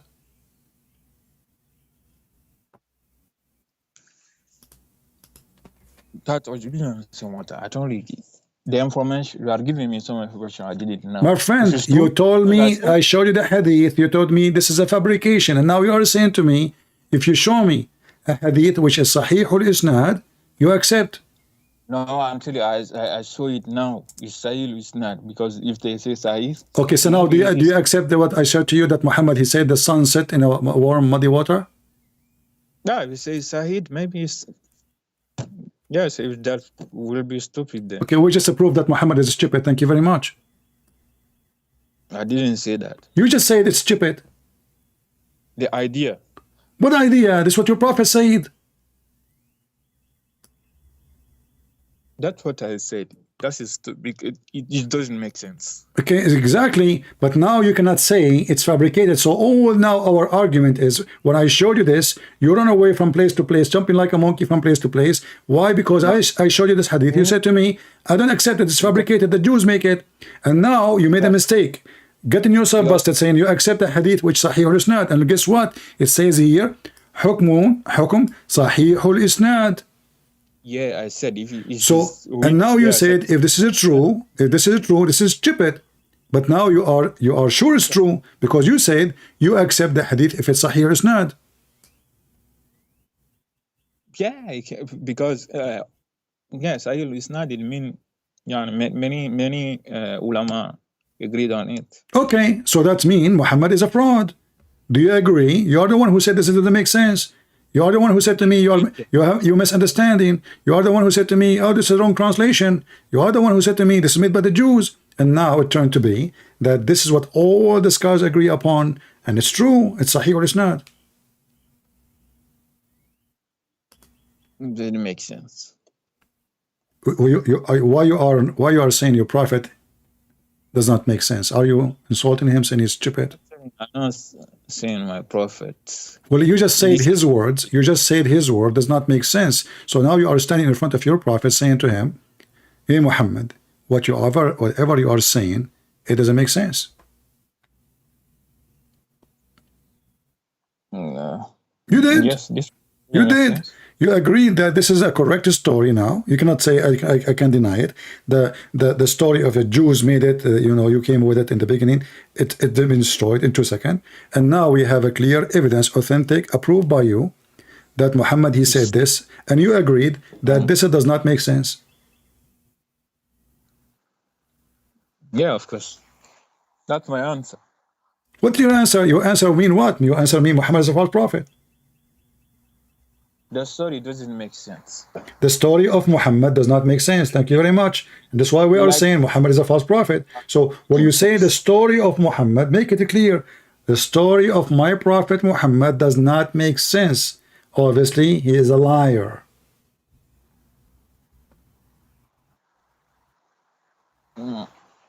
The story doesn't make sense. I will not be a liar or something like this. When you say the story does not make sense, either the story is true or the story is a fabricated. And remember, you are the one who said this is a fabricated story in the beginning. Why? Because it doesn't make sense. Yes, and not only that, you said to me the Jews behind it. Correct? You said that. So you are the one who connected the dots. You said if it does not make sense, it must be made by the Jews. It must be a lie. So now we did not change the topic. This is the same hadith, the same reference. Suddenly, it is authentic, and now it still doesn't make sense. Is it a lie from Muhammad, or just doesn't make sense? This one doesn't make sense. Okay, so are you saying your prophet, he is fabricating where the sun set, he is giving us false knowledge. Remember, when you call me, I said to you, you Muslims associate the knowledge of Allah with the knowledge of your prophet. You said to me, yes, sure, what not? You know, the best, the prophet and his Allah, and Allah knows best. He's a prophet. You said that, and you agreed. Okay, the exact story we talked about in the beginning. Allah and his apostle knows best. So this is the best knowledge of Allah and Muhammad. Muhammad, he claimed that he have his knowledge from Allah. So the best knowledge of Allah and Muhammad is the sunset in a muddy spring hot water. That's what I said. I said what I said. It don't make sense. Okay, so why you are a Muslim? Why you don't leave Islam? That's what I told you. I'm looking for the truth. Okay, but now we showed you, my friend, if you are looking for a truth, I showed you the verse in the Quran. I showed you the confirmation from the hadith. The hadith is Sahih chain, and you said you accept Sahih chain. And the Quran is a Quran. So now we connect them together. The Quran says, until he reached the setting place of the sun, he found the sun sitting in spring of muddy water. Spring, not ocean. The Muslim delight, they say, oh, like when you go in the ocean, you see the sun going down. It says in the Quran, spring. It's not an ocean. There's a huge difference between spring and ocean. So now we connect them together. This one confirmed the Quran. We'll check on this one. Huh? I will check on this one. What do you mean you will check? You already checked. I will check because the translation, everything. I don't care for translation, my friend. You are the one who claim you speak Arabic and you know Arabic. I show it to you in Arabic. I show it to you in Arabic. It's just a short sentence. هل تدري أين تغرب الشمس؟ هذه قلت الله ورسوله أعلم قال إنها تغرب في عين حامية. So what translation? You claim you know Arabic, and now we are showing it in your Islamic translation, and we are showing it in your website, and we are showing you it's Sahih chain, and we are showing you the reference and the number, and now you agreed that if it's Sahih chain, you approve it. So what is missing? That's why it doesn't make sense. I have to do my own. Thank you very much. Now, okay, so Muhammad and Islam doesn't make sense, and the Muslims agree with me. That's wonderful. Here we go. And now let us go to Bilal, because we did not want to skip the story. Bilal was begging for freeing him. As long as you're against slavery, and you don't like slavery, and Muhammad, he owns tons of slaves, including the slaves, he have sex with them. Did he have sex with Bilal? Did he? Can you show me that? Where did you get this hadith from? This is Sahih Bukhari. Sahih Bukhari. Okay, from where? Sunnah no? .com? .com, yeah. Can you show me the hadith? I'm showing you on the screen. Bilal said to Abu Bakr, if you have bought me for yourself, then keep me for yourself. But if you bought me for the sake of Allah, for Allah's sake, then leave me. So Muhammad died, and now Bilal become under the command of Abu Bakr again, because Bilal died. Muhammad died. So now Bilal coming to Abu Bakr, please, let me go, man. I spent my life serving Muhammad. You promised me, the prophet, you will go to heaven, Bilal, but I still a slave. So why you're a prophet, he have a black slave?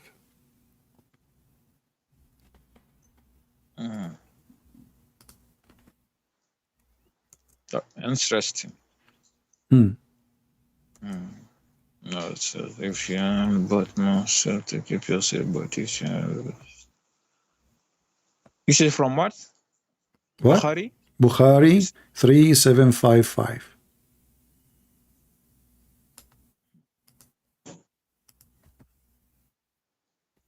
It's interesting to see. Okay, let me ask you. Did Muhammad made fun of the black people, how they look like? No, I didn't have the information. Okay, I will share the information with you. This is how your prophet described Bilal. Literally, speaking about Bilal. Bilal is a slave, and he is black, and he have a strong body. So Muhammad, he made him a command of a bunch of Arab youth. He said to them, he is your command now. But those Arab, they could not take a black person, the white Arab. A black slave is our leader. So look what he said to him. The prophet said, listen and obey your chief. Who is the chief now? Is Bilal, but he's still not free. Just this is for war now. He's going for war. Even if he's an Ethiopian with head like a raisin were made your chief. Did your prophet describe the head of a black man, raisin head?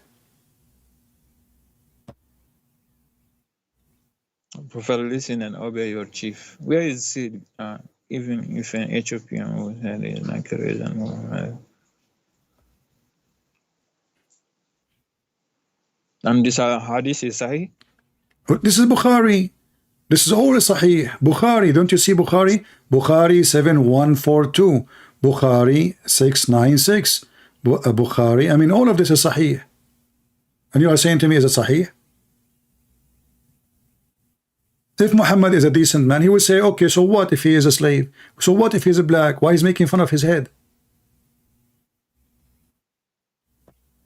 Yeah, interesting. What interesting? Each time I show you something, you say interesting?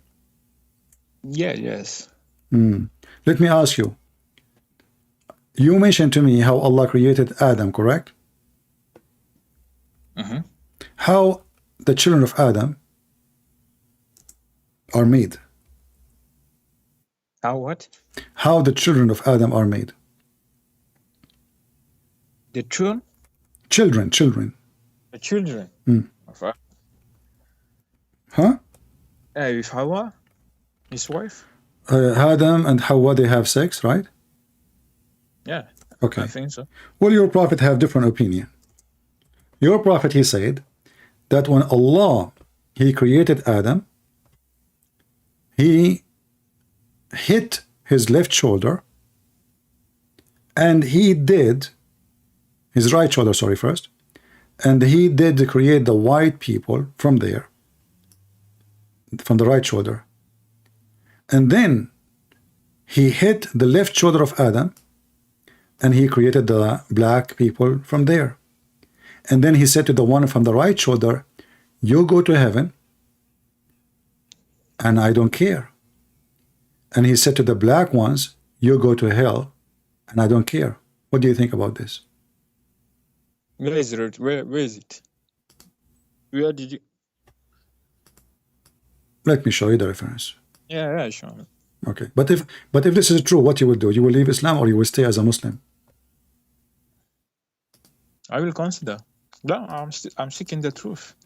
No I know problem. I have some. But no, I want you to be honest with me. You see, I am trying my best to help you, no problem. But I want you to be honest with me at the same time. Maybe if you give me some, I can take those points and send it to my sheikh and see if he deflects. What do you mean your sheikh? Is your sheikh like he is going to create a new religion for you now?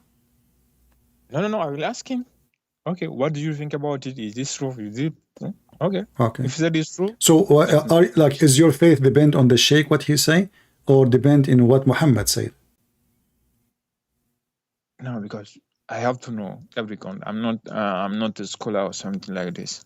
I'm just seeking the truth. You see, so now the sheikh, what do you expect the sheikh will say to you? See, you're being hypocrite now. I mean, even this one, the sheikh, he hit the left shoulder of Adam and he created the black people.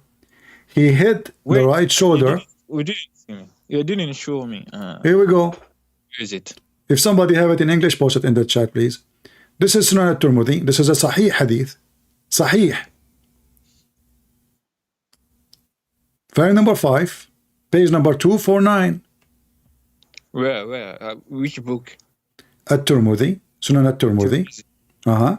Volume number 5, it's on the screen, page number 249, and you claim that you speak Arabic. No, yeah. Okay. I using my, because I'm talking with my phone. I'm using it says my here, computer. Maybe. إن الله خلق آدم ثم مسح ظهره بيمينه فأخرج منه ذرية, etc. And he continues saying.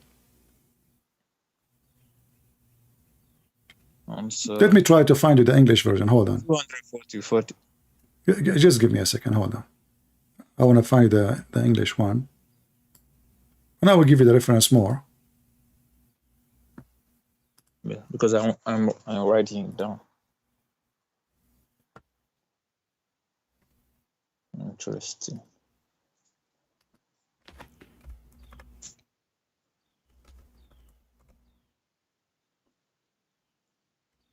Let us see.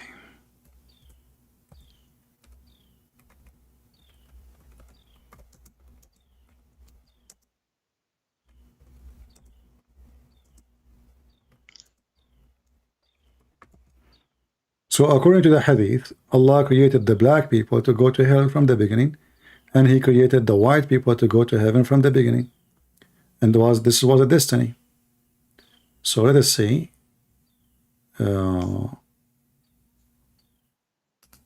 know why I'm not seeing it. Did you have it in give this me way? give me a second, please. Give me a second. I will show you the Islamic translation.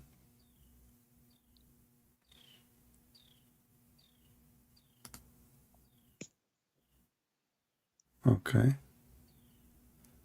This is here, Musnad Ahmad. You see, I'm giving you more than one reference, but this is in Arabic. I will show you in English too. Musnad Ahmad, hadith number 27488. It says here, from the Prophet. When Allah, He created Adam, when He created him, He hit his right shoulder. From there, offspring, white offspring came out like white ants. And He hit his left shoulder, and a black offspring came out as if they are circle. And then He said to the one from the right shoulder, which means the white, you go to heaven and I don't care. And to the one who is in the left of hand. Let me. Is the Haddathana Haysam is the one you are seeing in your screen now? Yeah. Hadith number 27488. Okay, let me write it. Okay. You can carry on. Okay, so what? Why you are a black person who believe and follow a person he believe that you are created to go to hell and you are evil from the first day just because you are black? How in the world any black can follow such a garbage? Where is you meaning Adam mean black here? Huh? Is that you mean? What? Where is the black color? Is Adam? No, Adam is not black. Adam is a white man. Allah created the white offspring of Adam from his right shoulder. Allah created the black offspring from the left shoulder. He said to the one from the black shoulder, from the right shoulder, you go to heaven and I don't care. And He said to the one from the left shoulder, you go to hell and I don't care. The one from the black shoulder, from the right shoulder, they are the black. They are the white, sorry. And the one from the left shoulder, they are the black. This is your destiny. This is your destiny according to Muhammad. Bayda I mean white and Sauda I mean black. Is that you saying? Sauda, yeah, Sauda. Dhurriya, Sauda. Dhurriya is offspring. And what about Sauda? Sauda mean black. Offspring, Dhurriya is an offspring. Sauda is black. So the offspring, they are black. They are the same as circle. Let me show it to you in English. Hold on. Here we go. This is in English. That will make it easier for you. And this is translated by you Muslims. And this is the same hadith we are reading from Musnad Ahmad. It says here, Abu Darda said, reported that Allah Messenger, saying, God created Adam when He created him and struck his right shoulder and brought forth his offspring white like small ants. And then He struck his left shoulder and brought forth offspring black as they were, circle.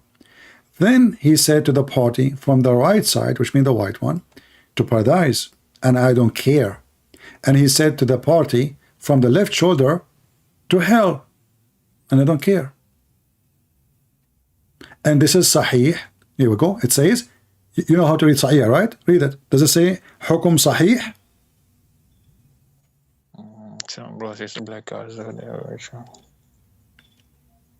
Okay. Does it say Sahih or I'm lying? No, I'm little bit late. I don't know. You are okay. I'm showing it to you now. You will see it soon. The English one. Okay. Do you when you see the Arabic, read it for me? Does it say Sahih, which means authentic? Yeah, it's not Sahih. Yes. Okay, it's not Hasan and Sahih, both together. Okay. So this is what your Prophet said. about you as a black. And you want to be a Muslim? Interesting. What interesting? I mean, this is interesting, this is disgusting. Aren't you ashamed to be a black person? And you say this is interesting. If I am the one who said, oh, No. black people will go to hell, you know, then you will say, huh? Your information is interesting. That's what I mean. It's what? Not the information you are giving me is interesting. That's what I mean. Okay, but what do you say about this? What you say? Give me your thought as a black person. It doesn't seem right. It doesn't seem right. What just doesn't seem right?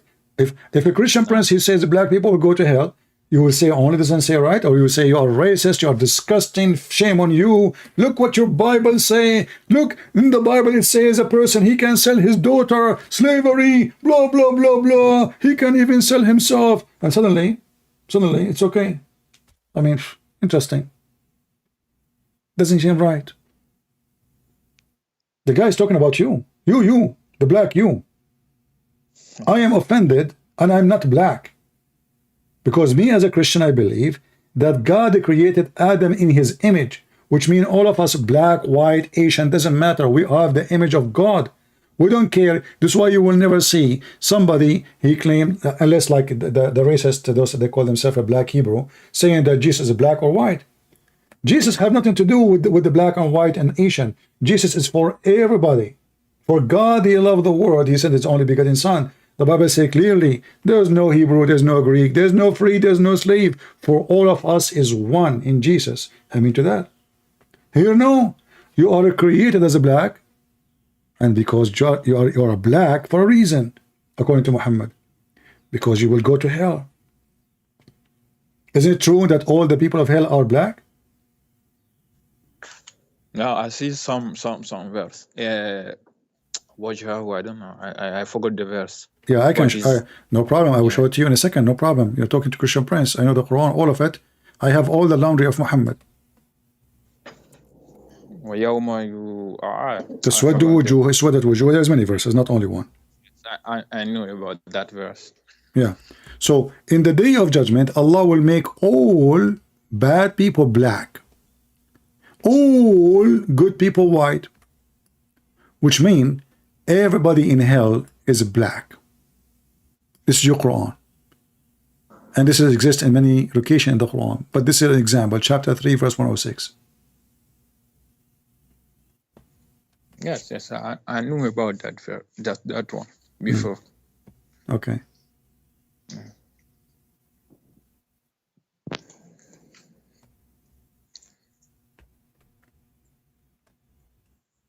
And even look, there's some Christian, they are helping you in the chat. I don't know if you can see the chat. A Christian, his name is Christian Hero, saying, in the book of Asbab al-Nuzul, it says the following. I'm going to show you what he is saying. Asbab al-Nuzul of Al-Waqidi, Surah 9, okay, Surah 9, verse number 61, was revealed about a person, Nabtal, the black man whom Muhammad said people should look like if they want to see Satan. So Muhammad, he want them to see how Satan look like. You want to see how Satan look like? Okay, look at this black man. That's what your prophet said. Do you want to see how Satan look like?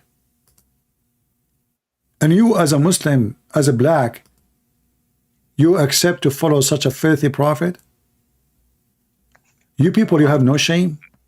You lost your dignity? You want to be slave for the Arab? You want to be slave to the white Arab? You know what we are taught in Islam. إنما أكرمكم عند الله أتقاكم. You understand that? You see, you are the one who said to me, you accept what is authentic, right? Yes. Okay. Yes. So أكرمكم عند الله أتقاكم. So how that work? So the best of you is the one who. That's what they teach us in their madrasa or something. Okay, my friend, nobody will tell you that there. Okay, Ask any black Muslim if they know maybe about that. I don't know. I know, Because I agree with you, my friend. Myself, I have I'm not my scholar. friend. I'm not like you. I don't have the knowledge you have. My friend, no problem. Mr. I don't know what's your name. What's your name, by the way? It's Lalianki. Liliank? Okay. Myself, I have a degree in Islamic law. I never learned any of this. Teacher don't teach us this. They don't show us the garbage of Muhammad. That's what I tell you. They tell you about Rahma, brotherhood, something. Okay. I know the Arabic. But now you know. Listen, Lilank, my friend. Now you know. Now you know. Do you have any excuse to say I do not know and I'm going to stay a Muslim? Be honest with me. Now you know, and this is authentic. No, that's not the right. I'm on my way. I'm on my way. It was good talking to you, but I know also maybe if I didn't go to some, I will stay. I will stay like this because it doesn't make sense at me. The religion now. Everywhere you go is the same thing. You have some bullshit. So now you agree that Islam is full of bullshit. But look at this.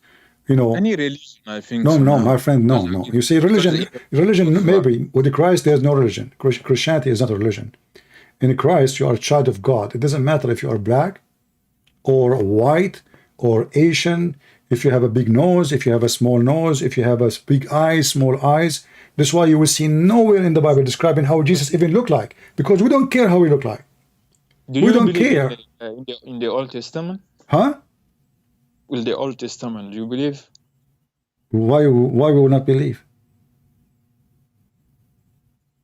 Because there is so many strange things I read about from this book. My friend, when you understand, when you read there's many things you need to learn. That when you read and like this is an ancient book. This is not a book written yesterday. So it's an ancient, not like the Quran. It's an ancient book compared to the Quran. Quran is a new book compared to the Old Testament. So we are talking about people at that time when life is totally different. And we are trying to imagine how life is today and how it was then. And then we try to put what it was yesterday and we make it fit with today. That will not work. However, God, he created Adam and Eve free. God, he is not enslaving people. People enslave themselves to the devil. People, they want to enslave people. As an example, the nation of Israel themselves, they've been enslaved, the whole nation. Never happened before that the whole nation taken a slave. Not one, not two, not 100, not 5,000. The whole nation, them and their equipment and their goat and their cows and their sheep, they took the whole nation with them back to Egypt. The whole nation back with them to Iraq. So when we read about slavery, I don't judge it the same way we see it today, but in the same time we look at the ethic. Your God is not judging you. You see, the God of the Bible, when the Jews go wrong, they go wrong. He don't support them. This is why they've been punished. This is why they've been actually many enemies came upon them. So the Bible says clearly that God don't take the side of the Jews just because they are Jews. When they are wrong, he's against them. When they are right, he support them. In your religion, you Muslim, you support Islam, doesn't matter if it's wrong or right. Doesn't matter if it's zero ethic or not. Yes, this is what you are doing. This is what you are doing. And now you are doing the same. So if I ask you right now, what is the reason for me to go to hell? What you will say? Because I'm black. Yeah, according to them. Not according to them, it's according to your prophet. Yeah. Okay. Yeah. You know, when Muhammad described, you see, I'm showing you right now the book of Asbab al-Nuzul. Muhammad, he told them, if you want to see someone, shaitan, look at this black man. A man, read with me carefully. The verse was revealed about one hypocrite who was named Nabtal, Ibn al-Harith. This man was dark skin, and I find it very funny that his name is Ibn al-Harith. Al-Harith is one of the names of the devil. Al-Harith is the name of the devil. So Ibn al-Harith, his man who was dark-skinned, red-eyed, burned in the cheek, and deformed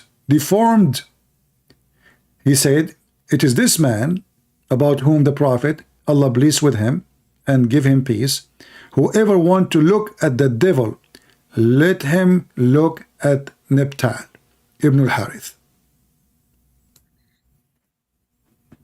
Yeah, that's some.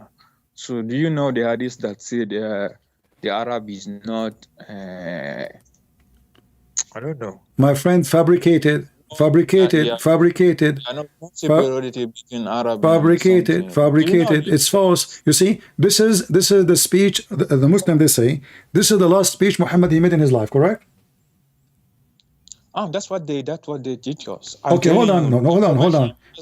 I want you to think with me. I can ask you many Muslim, many of Okay, maybe my friend. Lil, I have difficulty to say your name. Sorry if I say it wrong. Lilank, correct? Lilank. Yeah, Lalianki. Lilianki. Okay. Which country are you from, if you don't mind? It's West Africa, Guinea. But I don't live in there. West Africa? Yes. What country name? Its name is West Africa, the name of the country? No, Guinea. Guinea, I never heard of that. Okay. Excuse my ignorance. So, Senegal? huh? Senegal? Do you know about Senegal? Yeah, you know Senegal. Yeah. Okay, yeah. It's near. It's Okay. Thank you for telling me. So, you know, when we describe Satan, why we don't describe him as a white man? You know, how many times, I don't know if you listen to me every day, I say Joe Biden is satanic, is Satan. I say Democrat vote for him, they are voting for Satan. But he's a white man. I came to you maybe 2 weeks ago. Okay. I show you our stuff. All right. So what Satan have to do with with the color? You know how Satan can be defined by the color of the skin. Same time, like your prophet, because he's racist, he have a phobia. Anything is black is Satan for him. Did he order to kill specifically black dogs? You heard that before? No. Okay. Muhammad, he made it clear that black dogs are the devil. Okay, why? Why the black dog is the devil? I mean, how in the world he come to such conclusion? Because he's racist. All the fault of this poor dog is black. And Muhammad, he said, "Uqtulu kulla aswadin bahim." Kill every pure black. Do you see it in the screen? And this is Sahih. Even they asked Muhammad, Prophet, what distinguish? I got you and done. If you can send all of this in message, is this possible? The number. I want you to do this after we finish. You can go to the chat. Okay. You can go and watch the video and take the reference. I'm showing the reference in front of me, you know? Yeah. So here it says, Jami' al-Tirmidhi, hadith number 338, Sahih. Mishkat al-Masabih, Sahih. Al-Tirmidhi, Hasan. Al-Nisa'i, Sahih. Ibn Majah, Sahih. Ibn Majah, Sahih. All of this is Sahih. Okay, but let's go to the most authentic books Muslims they like, you know, like not necessarily those. Maybe we can find it in Al-Bukhari. Let us see Al-Bukhari. Here we go. Al-Bukhari. Let's go up. If we can find in Al-Bukhari. Where is Al-Bukhari? Is it Al-Bukhari? Oh, this is Sahih Muslim. That's what we do. Sahih Muslim, hadith number 510a. Muhammad, he described women are equal to dogs, which is a shameful thing, because no one will accept somebody to call his mother a dog, correct? So look what he said. I said, "Oh Abu Dhar, what feature there in the black dog?" Because Muhammad, he said that the three things would destroy a Muslim man in prayer: a dog, and a donkey, and a woman. He said a black dog, not just a dog. Not a dog, black dog. So he asked the person, he said, "Oh Abu Dhar." Abu Dhar is one of the companions of Muhammad, correct? Okay. What feature is there in the black dog which distinguish it from red dog or yellow dog? He said, "O son of my brother, I asked the Messenger of Allah, as you asked me." He said, "The black dog is the devil."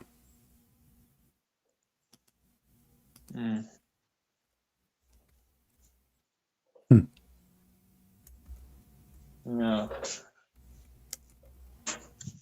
interesting, man. My friend, if I am you, I will leave Islam immediately. This is disgusting. And this is not, I mean, this is not even fair. I mean, even animals, dog, he's just a stupid dog. The black dog now is the devil? Why? What he did? No, that does not make sense.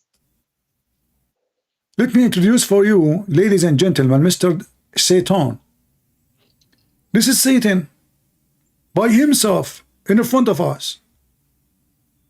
I mean, isn't it obvious that he is Satan? What's wrong with you? Why you cannot see it? Look at him. Muhammad, finally, he found us how we can find Satan. He's a black dog. Yeah. That's...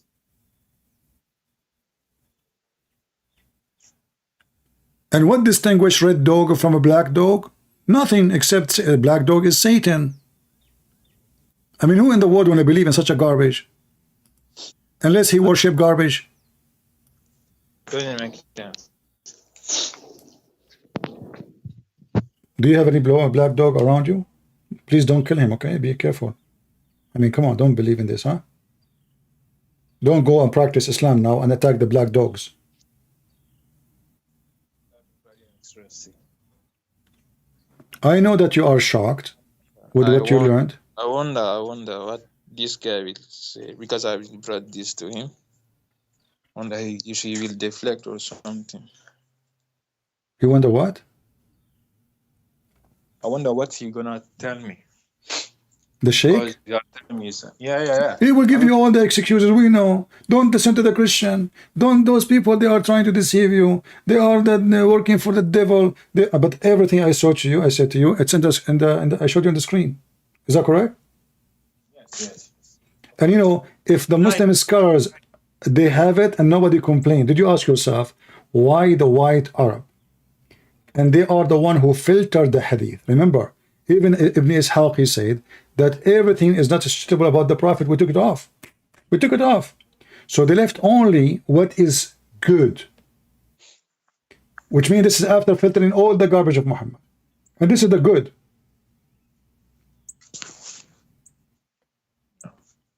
So if this is the good, what is bad?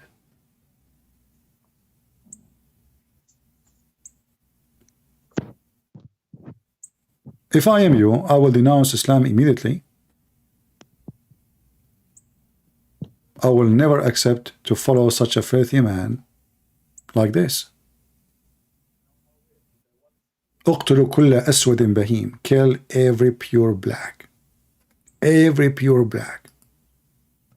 What is the crime? He is a pure black. That's all. Like, you know, if you say, oh, this black dog, he did bite my son, kill him. Okay, I will say, okay, maybe this is a dog, he have a rabies or something at that time. Okay. Just because he's black? That's it?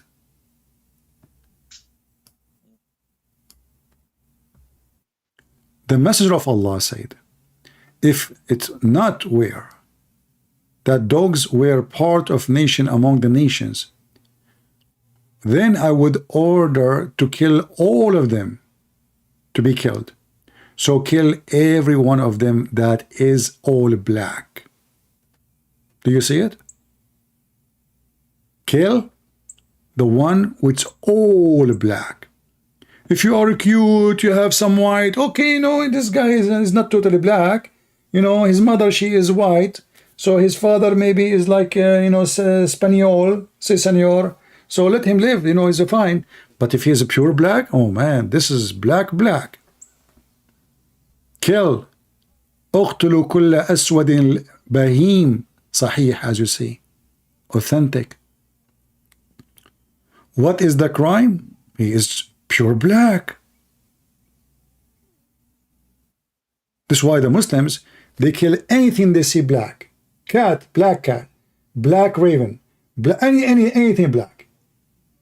A Muslim, if you see a black chicken, a chicken is totally black, oh no. You will not find in the Middle East somebody have a black chicken.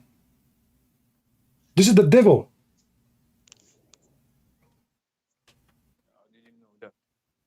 I don't hear you, my friend. What you say? I didn't know that. Well, now you know. So what you want to do about it? You want to just go to the sheikh and he will start lying to you, say to you. Cannot lie because this is Sahih. So as long it is sahih and already you are convinced this is true. Okay, my friend. As long you agreed that this is sahih, it's true. So why you need? I'm not against you to go to the sheikh. You can call him right now to join us.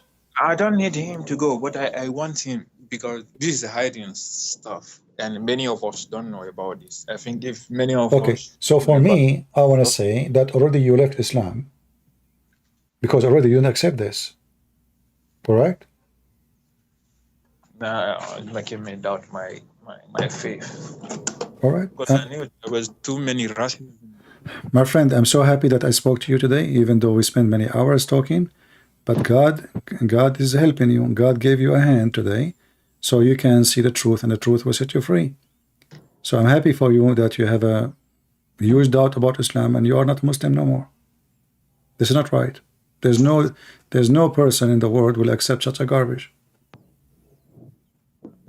I'm happy for you. Thank you for calling me. Even though you made me lose my voice. Good information. Thank you. Thank you. Excuse me if I curse at you. Thank you.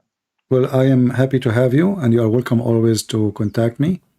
And you can offer my challenge to all the sheikhs you know. Tell them, if you are a man, call this guy. Well, he convinced me. Can you convince me back? Calling? Huh? Can I then call in after and send you a message? This is your number, right? Enter when I'm not online, my Skype is offline. So you will send me a message, I will be offline. When you see me online, that means Skype. I'll open Skype. You know what I mean? Okay, I will try. Yeah, and just remind me of yourself because you know, I have like 1,000 people that text me every day. So you know, but I want you to challenge those sheikhs. Say to them, this guy, he made me lose my faith. This cannot be from God. What about you call him? Where is the man of you who can convince me back that Islam is from God? Where is the man of you can get him busted? This guy is making thousands and thousands and thousands of Muslims leave Islam. Where are you, the sheikhs? And if they don't want to debate me, good idea. huh? Because they have more knowledge than me. That's a good idea. They don't have knowledge. Trust me, they are potatoes. You see, those are making money. Nobody have knowledge about Islam because even the sheikhs, they are just copy paste. What knowledge? This is the knowledge. It's in the books, and the knowledge there is scary. What knowledge? And I never spoke to a Muslim who claimed to be a sheikh with beard, and he knew even what he's talking about. And this is what I'm saying to you. I want you to challenge them just to show you. You just sit and watch. You know, just to bring the guy to me. Don't tell him Christian Prince. Tell him there's a guy. Because if you tell them a Christian Prince, they will search me and they will get intimidated. Don't tell them he's an Arab. Don't tell them he speaks Arabic. Don't tell them anything. Tell them there's a guy. He is causing us to leave Islam. Who of you will stand for the sake of Allah? And Allah will reward him by debating him. Get him busted.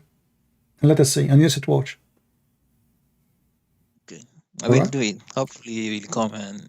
All right, my friend. Thank you very much for calling. We pray that I ask all the Christians here to pray for our friend here, Lilianki, to stay away from Islam forever. And we pray too that he will see the truth and he will read the gospel and he will accept the Messiah as his Lord and Savior as soon as he study it very well and learn about it very well. Things will be clear, the same as today we made it clear for him that Islam is satanic. So thank you, my friend, for calling. May the Lord bless you, and we pray for you to see the truth, and the truth will set you free. Do you want to say anything? Oh, thank you. You're welcome. You're welcome. Take care. Before you go, what you thought about me before you call me? Do you thought about me as a liar? Be honest. Something like this. Okay. So you have like a bad image about me. Yes, of course. Yeah. And what do you think now? You are knowledgeable. even though I don't about the Bible stuff, I didn't agree, but what you told me about the hadith, the Quranic verses. Was I truthful? Was I truthful with you? Am I truthful with you? So about the Quran and the hadith and something. That's why it will be good to make them call you, All right. have a debate, All as right, my they friend. claim they have knowledge. Because I think that's. All right. Well, we are happy for you, and thank you again for calling, and God bless you. Take care.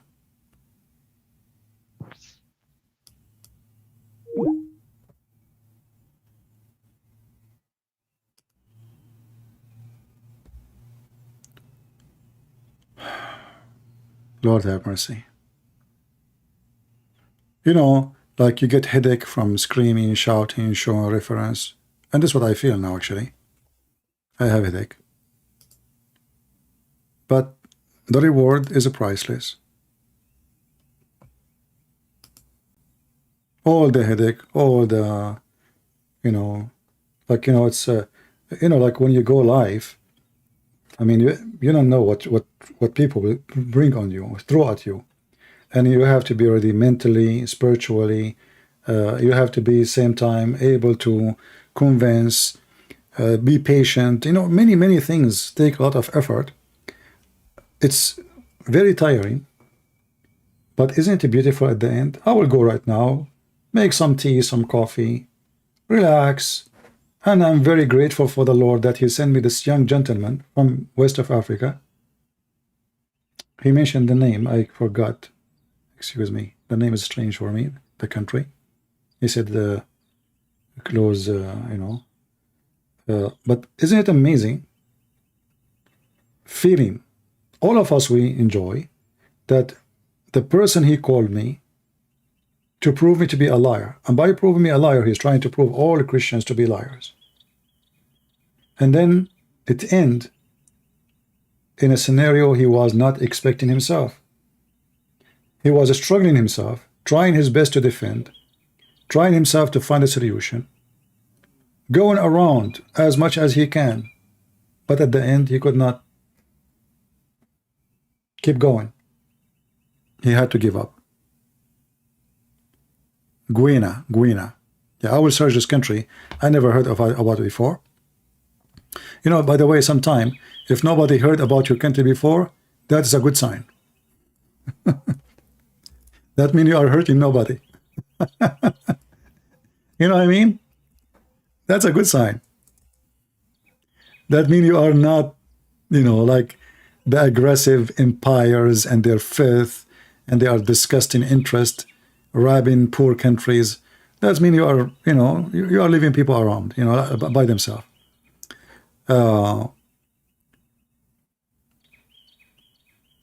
We are happy for this gentleman, and we hope that he will speak to the sheikhs. They are not his sheikh no more.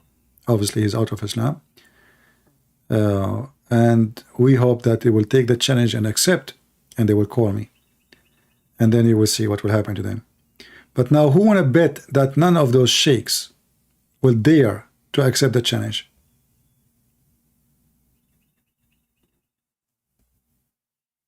Anyone think they will accept that challenge? I never heard of this country before. As I say, this is a good sign. This is not a bad sign. You know, you hear only, you know, in the news today, you don't hear like about countries unless there is something bad. So good for them. You know what I mean? You don't hear about countries usually unless there is something bad. I mean, the news is not the news of something good today. So if your country name is not mentioned in the news, good for you. You know?